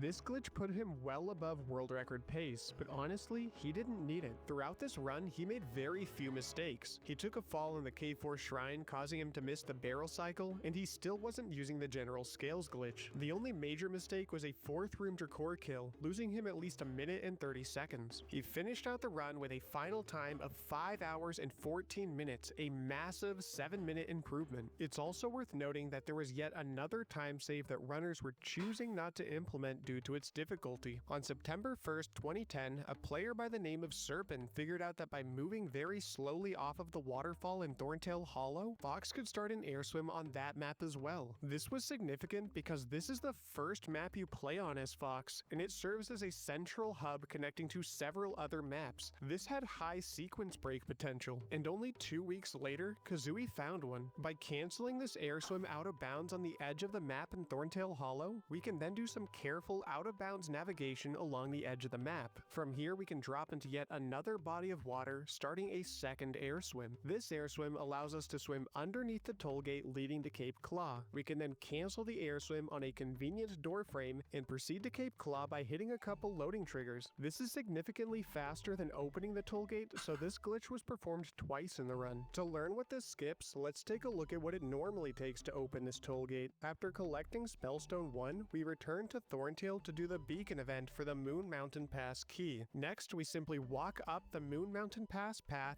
and use this key to open a gate. Beyond the gate, we now have access to Volcano Force Point Temple. In addition, the first Spellstone also serves as a key to several doors inside the temple, ultimately granting us access to the Freeze Blast ability. We then immediately use this ability to solve a puzzle, granting us access to the interior maps. Then, we solve a few more puzzles to enter the room where we turn turn in the first Spellstone. This triggers a story event that happens when we start backtracking into Moon Mountain Pass. A cutscene plays that results in a sliding stone door opening, leading to the Groundquake ability. This ability is used to defeat a new type of enemy, which drops a seed that we can flame to gain access to the rest of Moon Mountain Pass. We continue down the path, eventually arriving at the second Krazoa Shrine. This grants us the second Krazoa Spirit upon completion. Afterwards, we backtrack to Thorntail Hollow, and from here the Warp Stone sends us to Krazoa Palace, where we turn in the second spirit. As a reward, he gives us yet another Scarab Bag upgrade, increasing our capacity to 100. Scarabs are the currency of Dinosaur Planet, and we need 60 of them to open the tollgate. Since we now skip the tollgate, we no longer need the 100 Scarab Bag, which means we no longer need Krazoa Spirit 2. We still need to collect Spellstone 1 because this gives us the key to Moon Mountain Pass and the Freeze Blast ability, and we still need to place Spellstone 1 because that gives us Groundquake. The only required use of Groundquake is solving the various puzzles in Walled City, so skipping those puzzles would become a major glitch hunting focus point.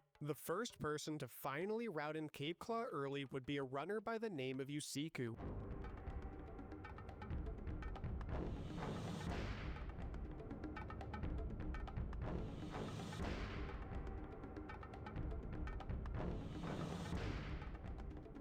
This run featured 3 air swims, 1 in Walled City, and 2 separate instances of Cape Claw early. This is because the route needed to pass under the Cape Claw tollgate twice. For the most part, Yusiku executed these glitches pretty well, especially considering that this was the first run to use them. The only major time loss came from the second Cape Claw early air swim, which took Yusiku 7 attempts to get. It takes between 10 and 15 seconds to retry each attempt, so this can add up pretty quickly. Fortunately, Yusiku executed the difficult out-of-bounds navigation without any mistakes. There was one mistake where Yusiku backtracked too far when hitting the Cape Claw loading triggers, but this was simply due to the fact that at the time, nobody was sure exactly where they were. She took a fall on the Ocean Force Point Temple platforms, but she landed window jump, which more than made up for it. She utilized a new minor time save by clipping into this rock with rocket boost, skipping the need to flip it over. She also incorporated the early spire damage trick. For whatever reason, only Yusiku and Samurai Man used this trick, and it would be many years until future runners would bring this trick back. She got a 3rd room Dracor and made the K4 barrel cycle. Finally, she implemented the optimal version of Scales glitch, where Fox approaches the left side of the portal and runs up to the right. Up until now, runners had been doing this glitch poorly or not at all. However, this run also had quite a few mistakes. This was expected, since whenever a new glitch is discovered, the first run to use it is highly unlikely to be perfect. Her Cloudrunner Fortress race took about 2.5 laps, and at this point in time, anything under 2 was considered good. Yusiku also made some mistakes during both trips to Ocean Force Point Temple. She mismanaged her mana, so she had to execute the slow climbable wall backup strat twice in the run. In addition, she took an R-Wing death on the flight to Walled City 1. Also, there were some minor route problems, such as suboptimal fuel cell routing. Finally, she didn't do enough damage on the second Andros brain cycle, causing an unwanted 3rd phase. Despite the mistakes, nailing the new glitches was enough to clock in at 5 hours and 11 minutes, setting a new world record. Later that year, a new runner named NieR Vogel joined the fray, and she used the same route as Yusiku.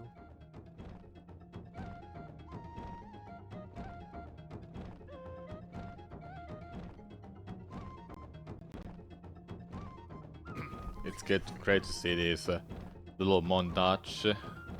By strange coincidence, NieR repeated 20 the minutes same left of mistake that this. was made in the last I'm 2 gonna world watch records. She took a fall in the a Ocean bit Force more, Point Temple platforms, and we'll but was finish this able to chapter make up later for it today. by landing window jump. Additionally, she clutched out a room 2.5 Dracor kill. I never really mentioned this, but there's a brief corner between rooms 2 and 3 where you can get off a few hits on Dracor, and Narb managed to kill him here. This run had a few minor mistakes, such as a slow Garunda event, missing quite a few shots on the Dark Ice Mines cannon, losing a barrel in Cloudrunner Fortress, taking slightly How over did 2 that happen? laps in the Cloudrunner race, taking 5 attempts to get the second Cape Claw air swim, and got electrocuted twice in the tile puzzle. I never really mentioned this puzzle, but it's quite simple. When entering Ocean Force Point Temple, Temple, you need to memorize a grid pattern to determine which tiles are safe to walk across. When returning to Ocean Force Point Temple 2, a harder version of this puzzle activates with 9 rows instead of 6. Stepping on the wrong tile electrocutes Fox and loses considerable time. This run also had one major time loss. In the third Krazoa Shrine, there is a minigame called Test of Fear, where the player must keep the red line within the green bounds. Honestly, this is actually more of a memorization minigame because the game is pre-scripted to rapidly move the line to either the left or the right at specific moments. She ended up failing this event, forcing her to redo the entire shrine. This is actually a pretty common choke point, and most runners just reset if they fail it. However, she continued the run, and on September 14th, 2014, she finished with a final time of 5 hours and 7 minutes. It's worth noting that this run was never actually submitted. It technically broke the rules by using a feature to give the game dinosaur language subtitles.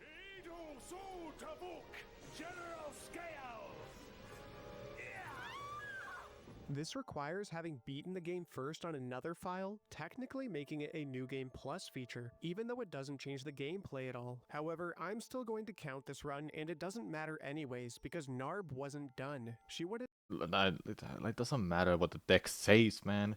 to clean up this run, so she continued to grind the category. Narb's next run was nearly identical, but she cleaned up a lot of the mistakes.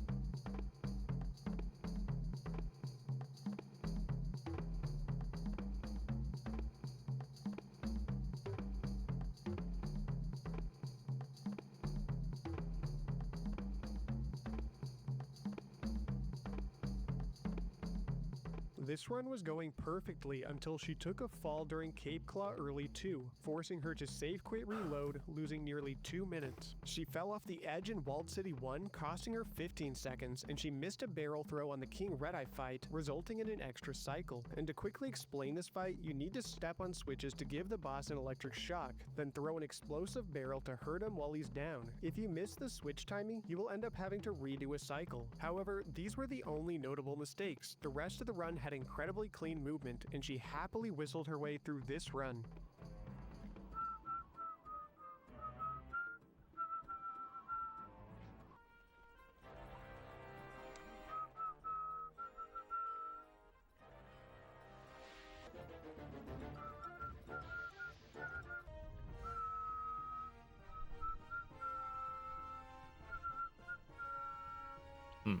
Funny.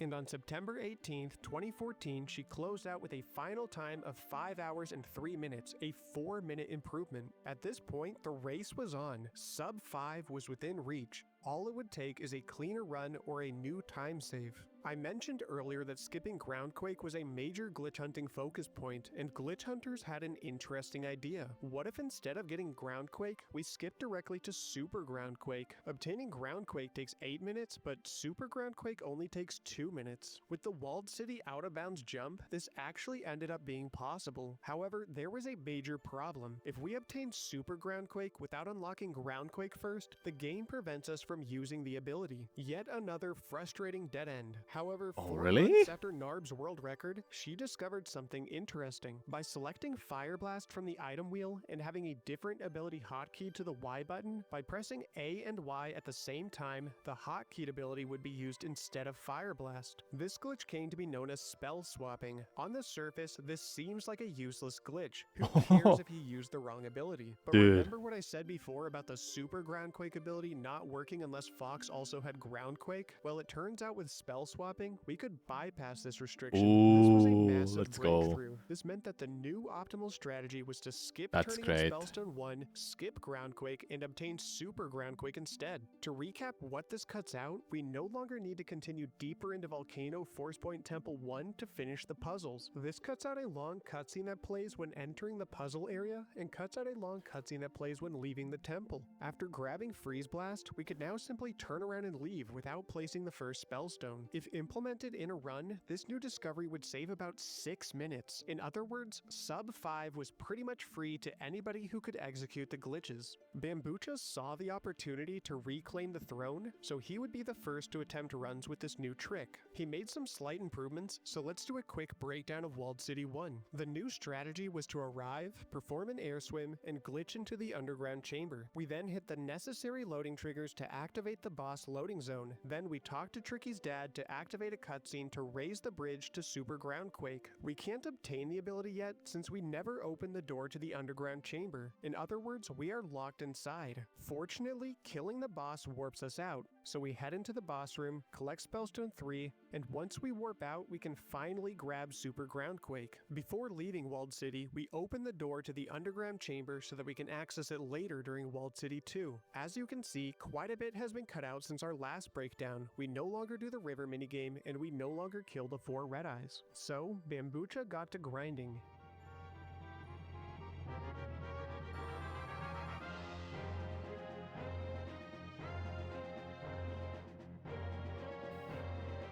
Okay, there's technically not much left of this chapter.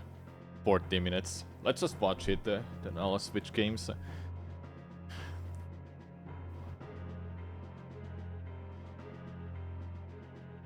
I remember trying this.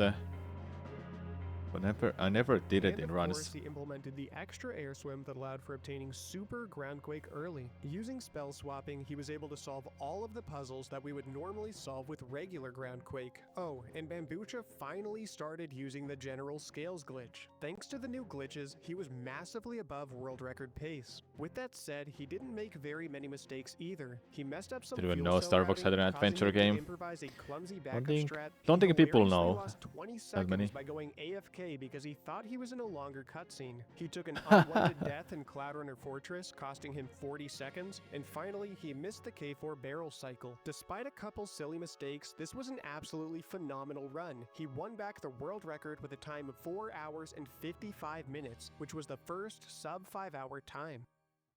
Around 2015, a new runner by the name of JubJub62 started learning to speedrun this game. Interestingly, before he started doing runs, he spent a good amount of time glitch hunting this game. He was particularly interested in optimizing Walled City. Specifically, he had the idea to skip opening the underground chamber entirely. After all, we already use an air swim to get inside the first time, so why not do it a second time? To understand this, we're going to need to learn how Walled City 2 works. It's actually quite simple. Upon arrival, Tricky's dad is now outside the temple. Speaking to him opens 2 side areas of Walled City, the Sun Temple and the Moon Temple. Both of these work similarly. Each has a block-pushing puzzle on the outside, and after solving this, we use the zoom goggles to open up the entrances. Inside are more puzzles that require Groundquake and a few other abilities. Inside the Moon Temple is the Moonstone, and inside the Sun Temple is the Sunstone. Similar to the gold and silver teeth, we then take both of these stones into the underground chamber and turn them in. Once both are placed, the central temple leading to K5 is revealed. From here, we simply walk to the top of the temple and warp to the K5 shrine. We then solve a series of linear, simple puzzles, complete a small minigame at the end, collect K5, and warp out. Then we board the R-Wing and fly back to Krazoa Palace to do the outro of the game. As I've mentioned, if we try to skip opening the underground chamber, after placing the Sun and Moonstones, we would be soft-locked. This is due to the fact that we need to run through a trigger to load the area, but it also sets our save point inside the chamber, preventing us from save warping out. Or at least that's what we thought. JubJub figured out that the save trigger and loading trigger are in fact 2 separate triggers. His strategy would be to swim into the loading trigger since it's aligned with the air swim height, then drop in from above similar to King Red-Eye early, avoiding the save trigger entirely. This would allow us to turn in the stones and save warp out without soft locking, skipping the need to open the underground chamber. This meant that we no longer needed to use Groundquake on the panels to start the events to flame the 2 grates.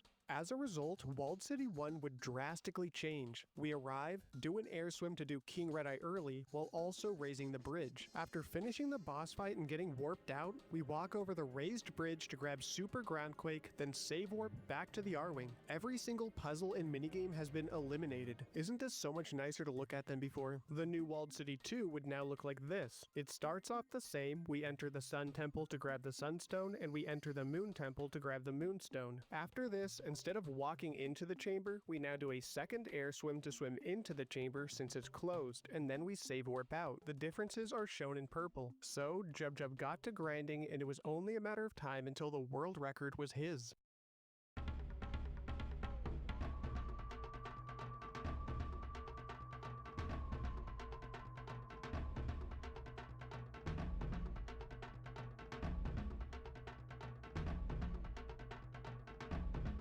This run was going well with only a few major mistakes. It took him a long time to get the first Cape Claw early air swim, and he clipped back and bounds during the second Cape Claw early air swim, costing him over a minute. He missed the Fire Gem cutscene overlap, he got electrocuted in Ocean Force Point Temple 1, he struggled on the Lightfoot Village Totem puzzle, and was slow on the Ocean Force Point Temple 2 Flame puzzle. Additionally, he wasn't using a lot of the minor time saves that other runners knew about, such as the General Scales glitch, the Lightfoot Village rock clip, or a glitch in Cloud Runner Fortress where we activate a switch without breaking a box first. Despite the time losses, this run was on world record pace, and it all came down to executing the new glitch. So I need this to load. Okay. Then I drop down like I do with Red Eye King.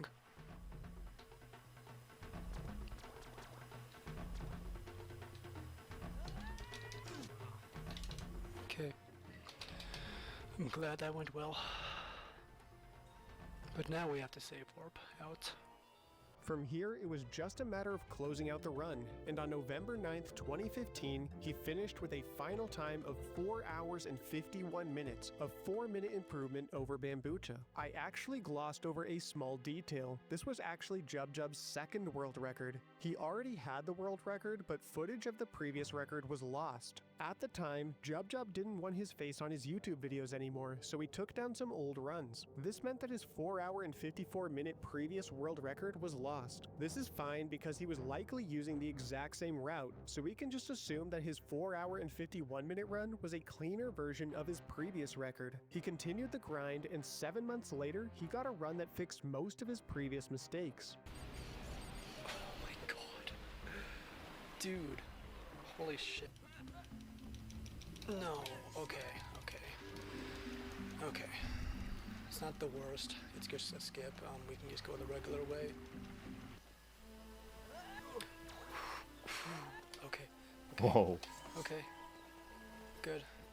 Because if I miss this cycle, that's like at least a minute I'm losing. There's a risk.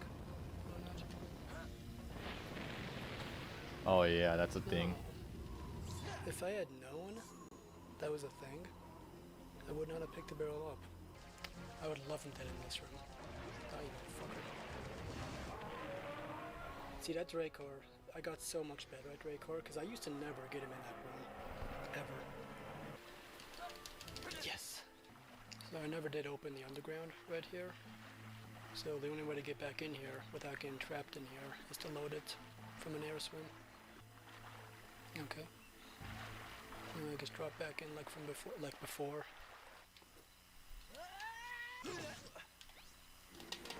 Then we get save warp out of here, and it should put us back by the Moonstone Temple.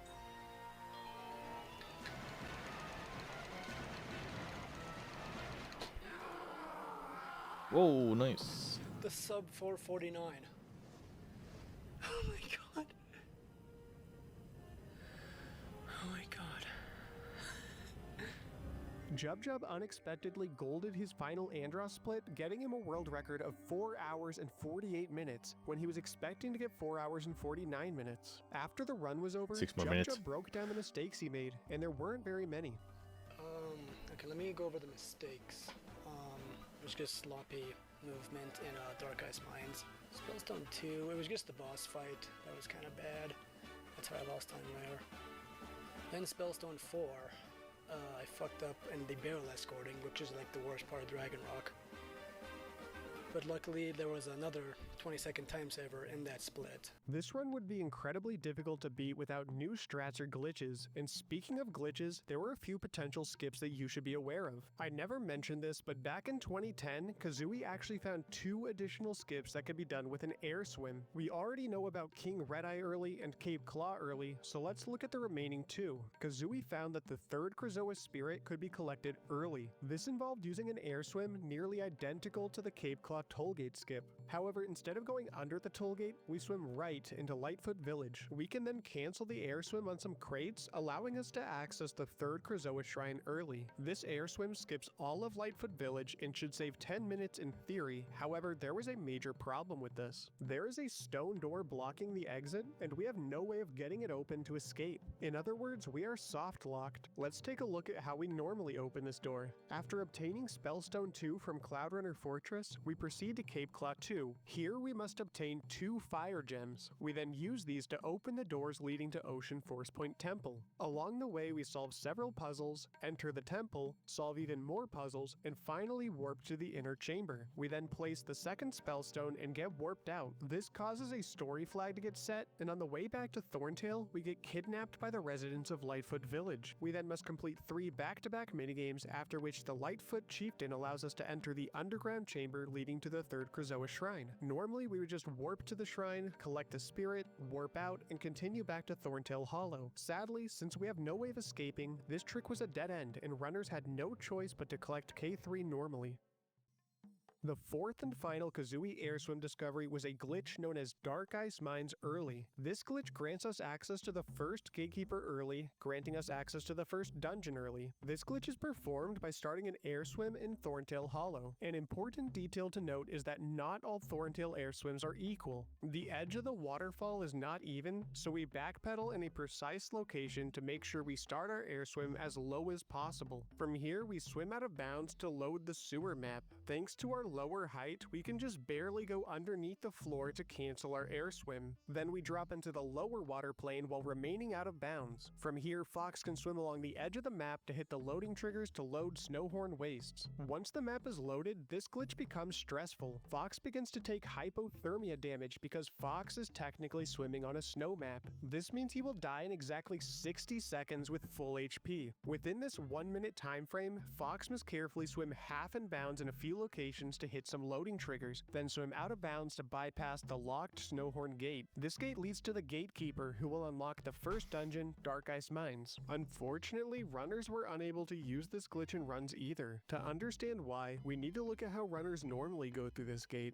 First, once we start the game as Fox, we obtain our staff, the Fire Blast ability, our companion Tricky, a mana upgrade, and finally an upgrade to our Scarab Bag, raising our capacity from 10 to 50. This new capacity allows us to buy 2 items from the shop. First, we buy zoom goggles, which are used much later in the run, and more importantly, we buy a lantern. Showing this lantern to the Thorntail inside the well triggers a short cutscene, after which he moves out of the way and we can plant a bomb spore to reveal the lower section. Once inside, we collect 6 white grub tubs to feed to the sick Queen Earthwalker, who gives us a key in return. We then backtrack to Snowhorn Wastes and use that key to gain access to a closed-off area. In this area, we complete a minigame to free Garunda Tay, Gatekeeper of the Dark Ice Mines. As you can see, skipping this gate would mean that we no longer needed to purchase the Firefly Lantern, nor collect the white grub tubs from the well. Descending into this well is tedious, so cutting this out would save several minutes. While all of this sounds nice, this strategy had one major problem. You see, much later in the run, we return to this map to enter the 4th Krazoa Shrine, which is sealed behind a gate. To open this gate, we bring the Snowhorn artifact to a blue mammoth on this map, which unlocks the Snowhorn trials. To complete these trials, we use a blowhorn which we obtain from Dark Ice Mines on a series of blowhorn pads. This event needs to be completed within a very short time limit. Frustratingly, the final 2 blowhorn pads are behind the Snowhorn Gate. In other words, if we skipped opening this gate, we would not be able to complete the Snowhorn trials, and we would be soft-locked and unable to collect the 4th Krazoa Spirit. Yet another dead end. This begs the question, what if instead of skipping the Snowhorn Gate again, we just skipped the K4 Gate instead? To give an idea of how massive this would be, let's look at the dependencies. Skipping this gate would mean we would never need to do the Snowhorn trials, which would mean we no longer need the Snowhorn artifact, which means we wouldn't need the final Scarab Bag upgrade, which means we wouldn't need Spellstone 3. In addition, it means we would not need to pass through the Snowhorn Gate the second time, allowing for Dark Ice Mines early. Needless to say, skipping the K4 Gate became a major glitch hunting focus point. Sadly, even if we did find a way to skip the K4 Gate, we would be soft-locked behind the gate after collecting the 4th Krazoa Spirit, similar to the problem with Krazoa Spirit 3. This marks the end of the air swim era. This is a bittersweet era glitch-wise because it has some of the most amazing glitches, but also several glitches that are just barely out of reach. Okay. We'll continue this next time. The next one is half an hour long. Okay. Let's play. Finally. So I'm switching games.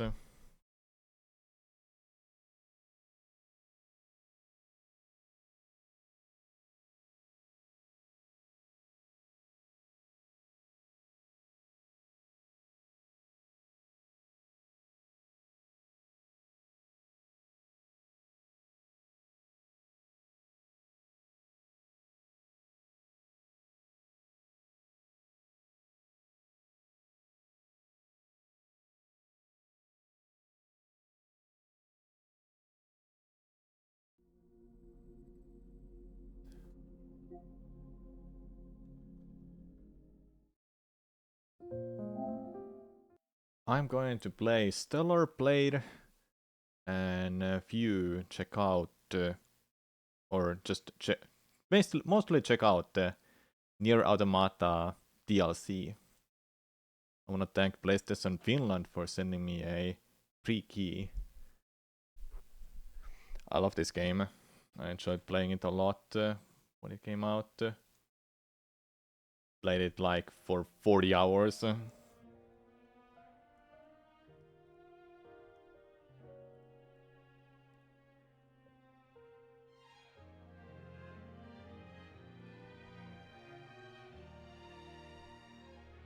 Where did I put this picture? I did save it somewhere.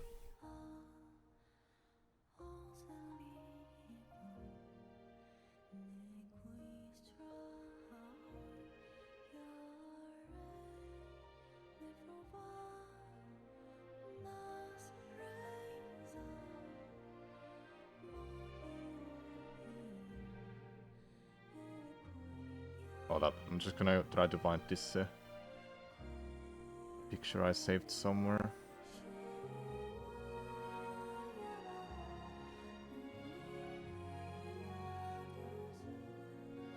Did I save it there? No way I saved it.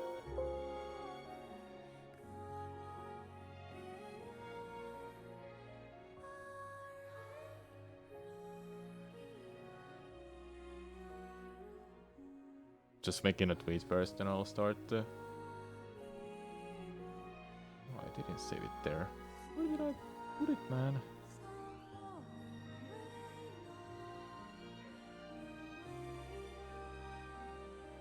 Oh wait, I didn't save it. I did this instead.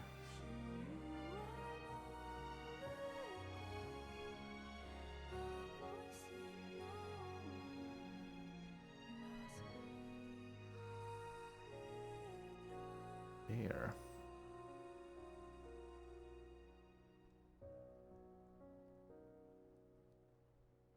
Okay. Now here's a little thing. I started a new game plus on hard mode and I haven't played far enough where I will start the DLC, so I will have to play this a little bit.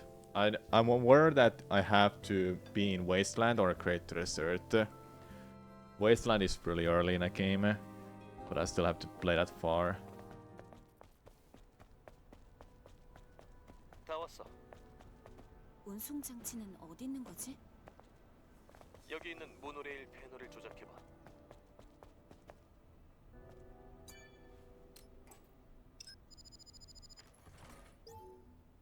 정확히 코드를 배열해야 전력을 복구시킬 수 있어.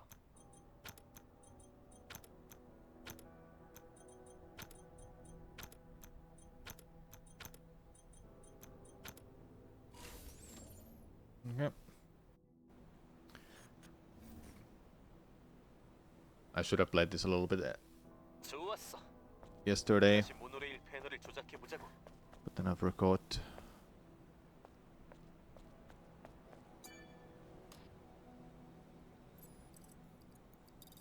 Luckily you can skip some cutscenes. I'm excited to see these outfits 자, 숙렵은 먼저. and what else the game has to offer when this DLC starts.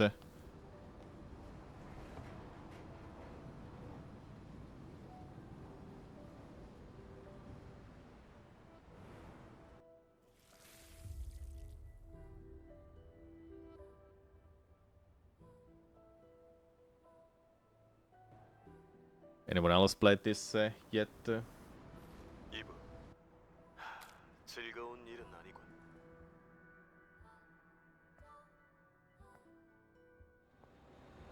I felt it was really expected to happen when people were saying this reminds of NieR Automata a lot. And oh boy, 다 왔어. then it happened. Wrong way.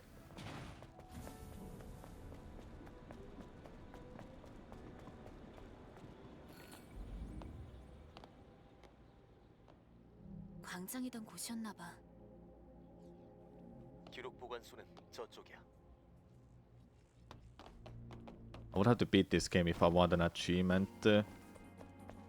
It's pretty cool that they work together like that. Yeah, it is.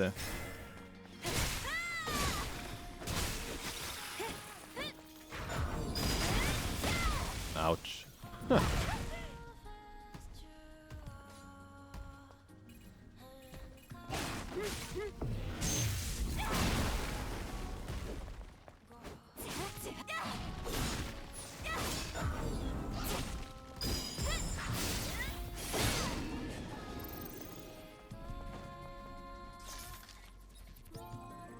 Oh, the frick passcode? Where is it?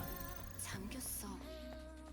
보안 코드는 리전이 가지고 있을 테니 어쩔 수 없이 쇼핑몰을 뒤져봐야겠네.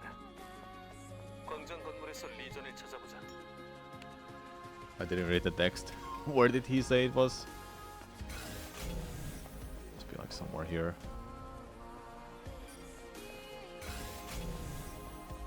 Is there anyone here? No.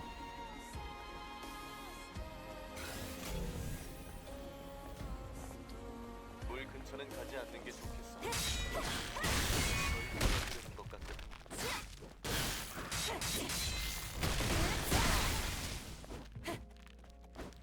Get back here.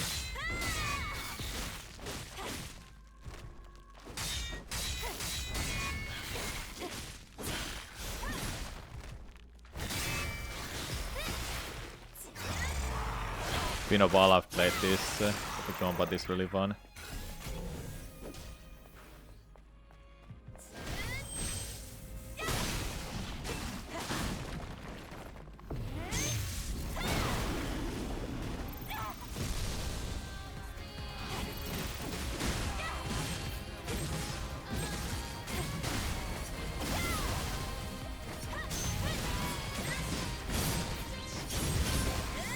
Let's kill it.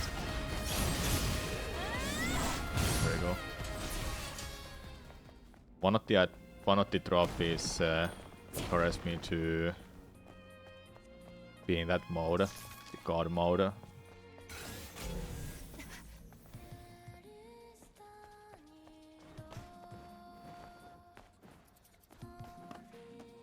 Did you get an achievement or trophy?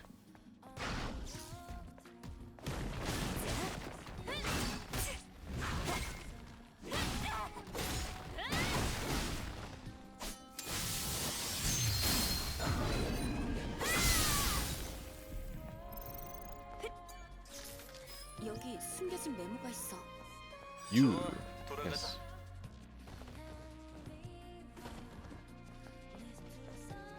It wouldn't be that many trophies to do, if I'm being honest. But I don't know how to get the last ending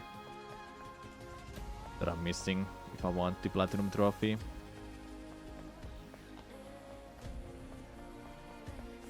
Can I get any of these weekend plus specific? That's a shop. No. Skill set. This one. This is coming to PC in 2025. Ooh. Yeah, they've been teasing it quite a lot. It's finally coming.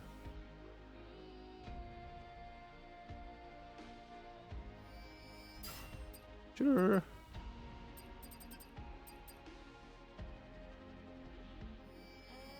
Sure. A lot of people get to experience this amazing game.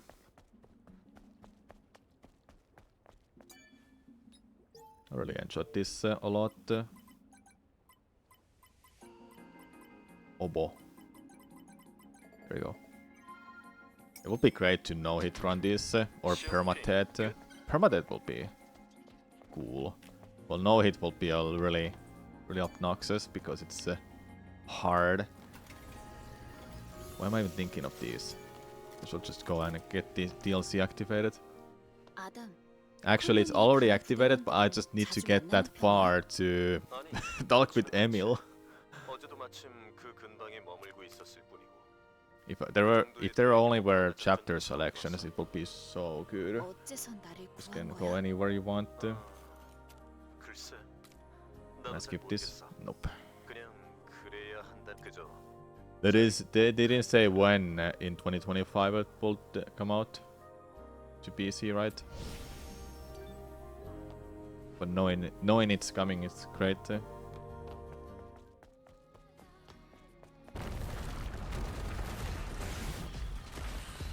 have to kill these. These climb up.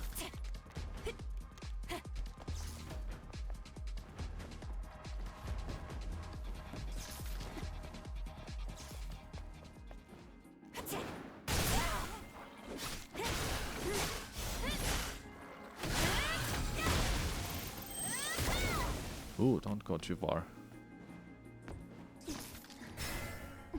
그냥 가기엔 거리가 멀걸? 점프 후에 대시를 해보는 건 어때?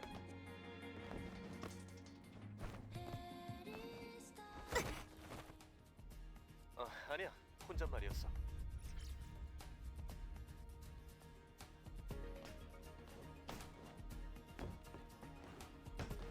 I think it's that when we get to the city, then we're able to get the wasteland.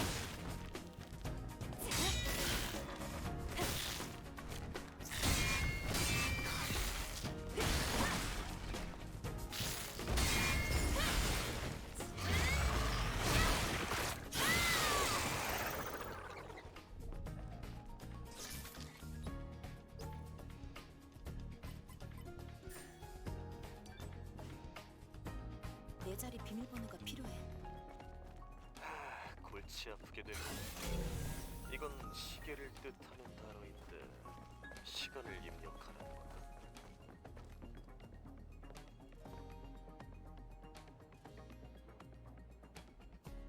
Wait, is this 12:05?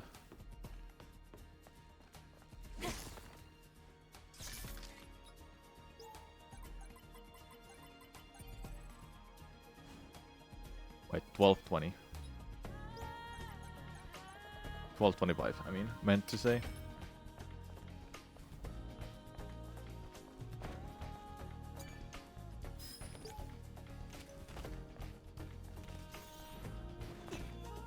What? Oops.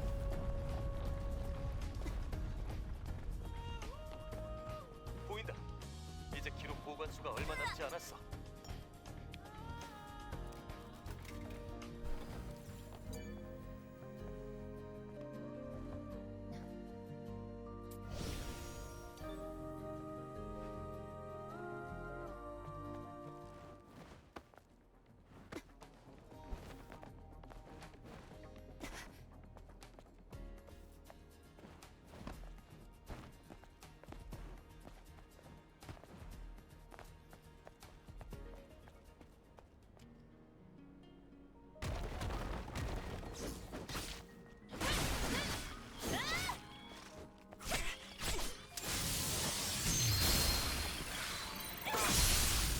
What outfit I should have on, by the way?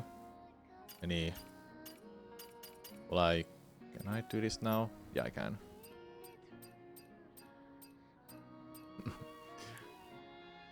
Fluffy bear. There were a lot of recolored costumes.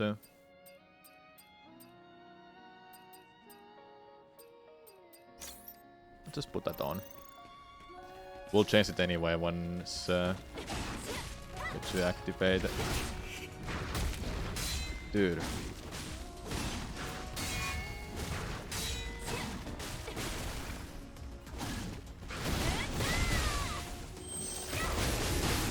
Woof.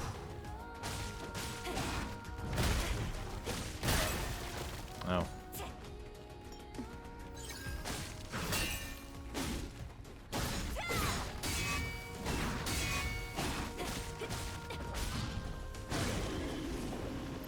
Is this one of those games where the less you have on, the better your armor is? It doesn't matter what armor you have. Though it does matter if you decide to not have armor on.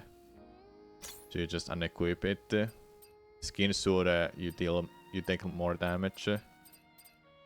From what I remember.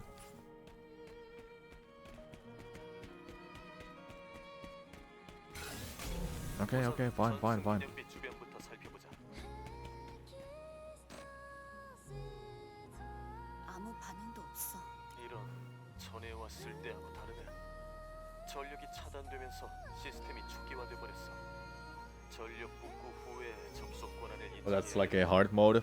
Yeah, 들어갈까? but there is an easy mode, normal mode, and a hard mode as well as options for difficulties. I think hard mode unlocked after you beat the game, from what I remember.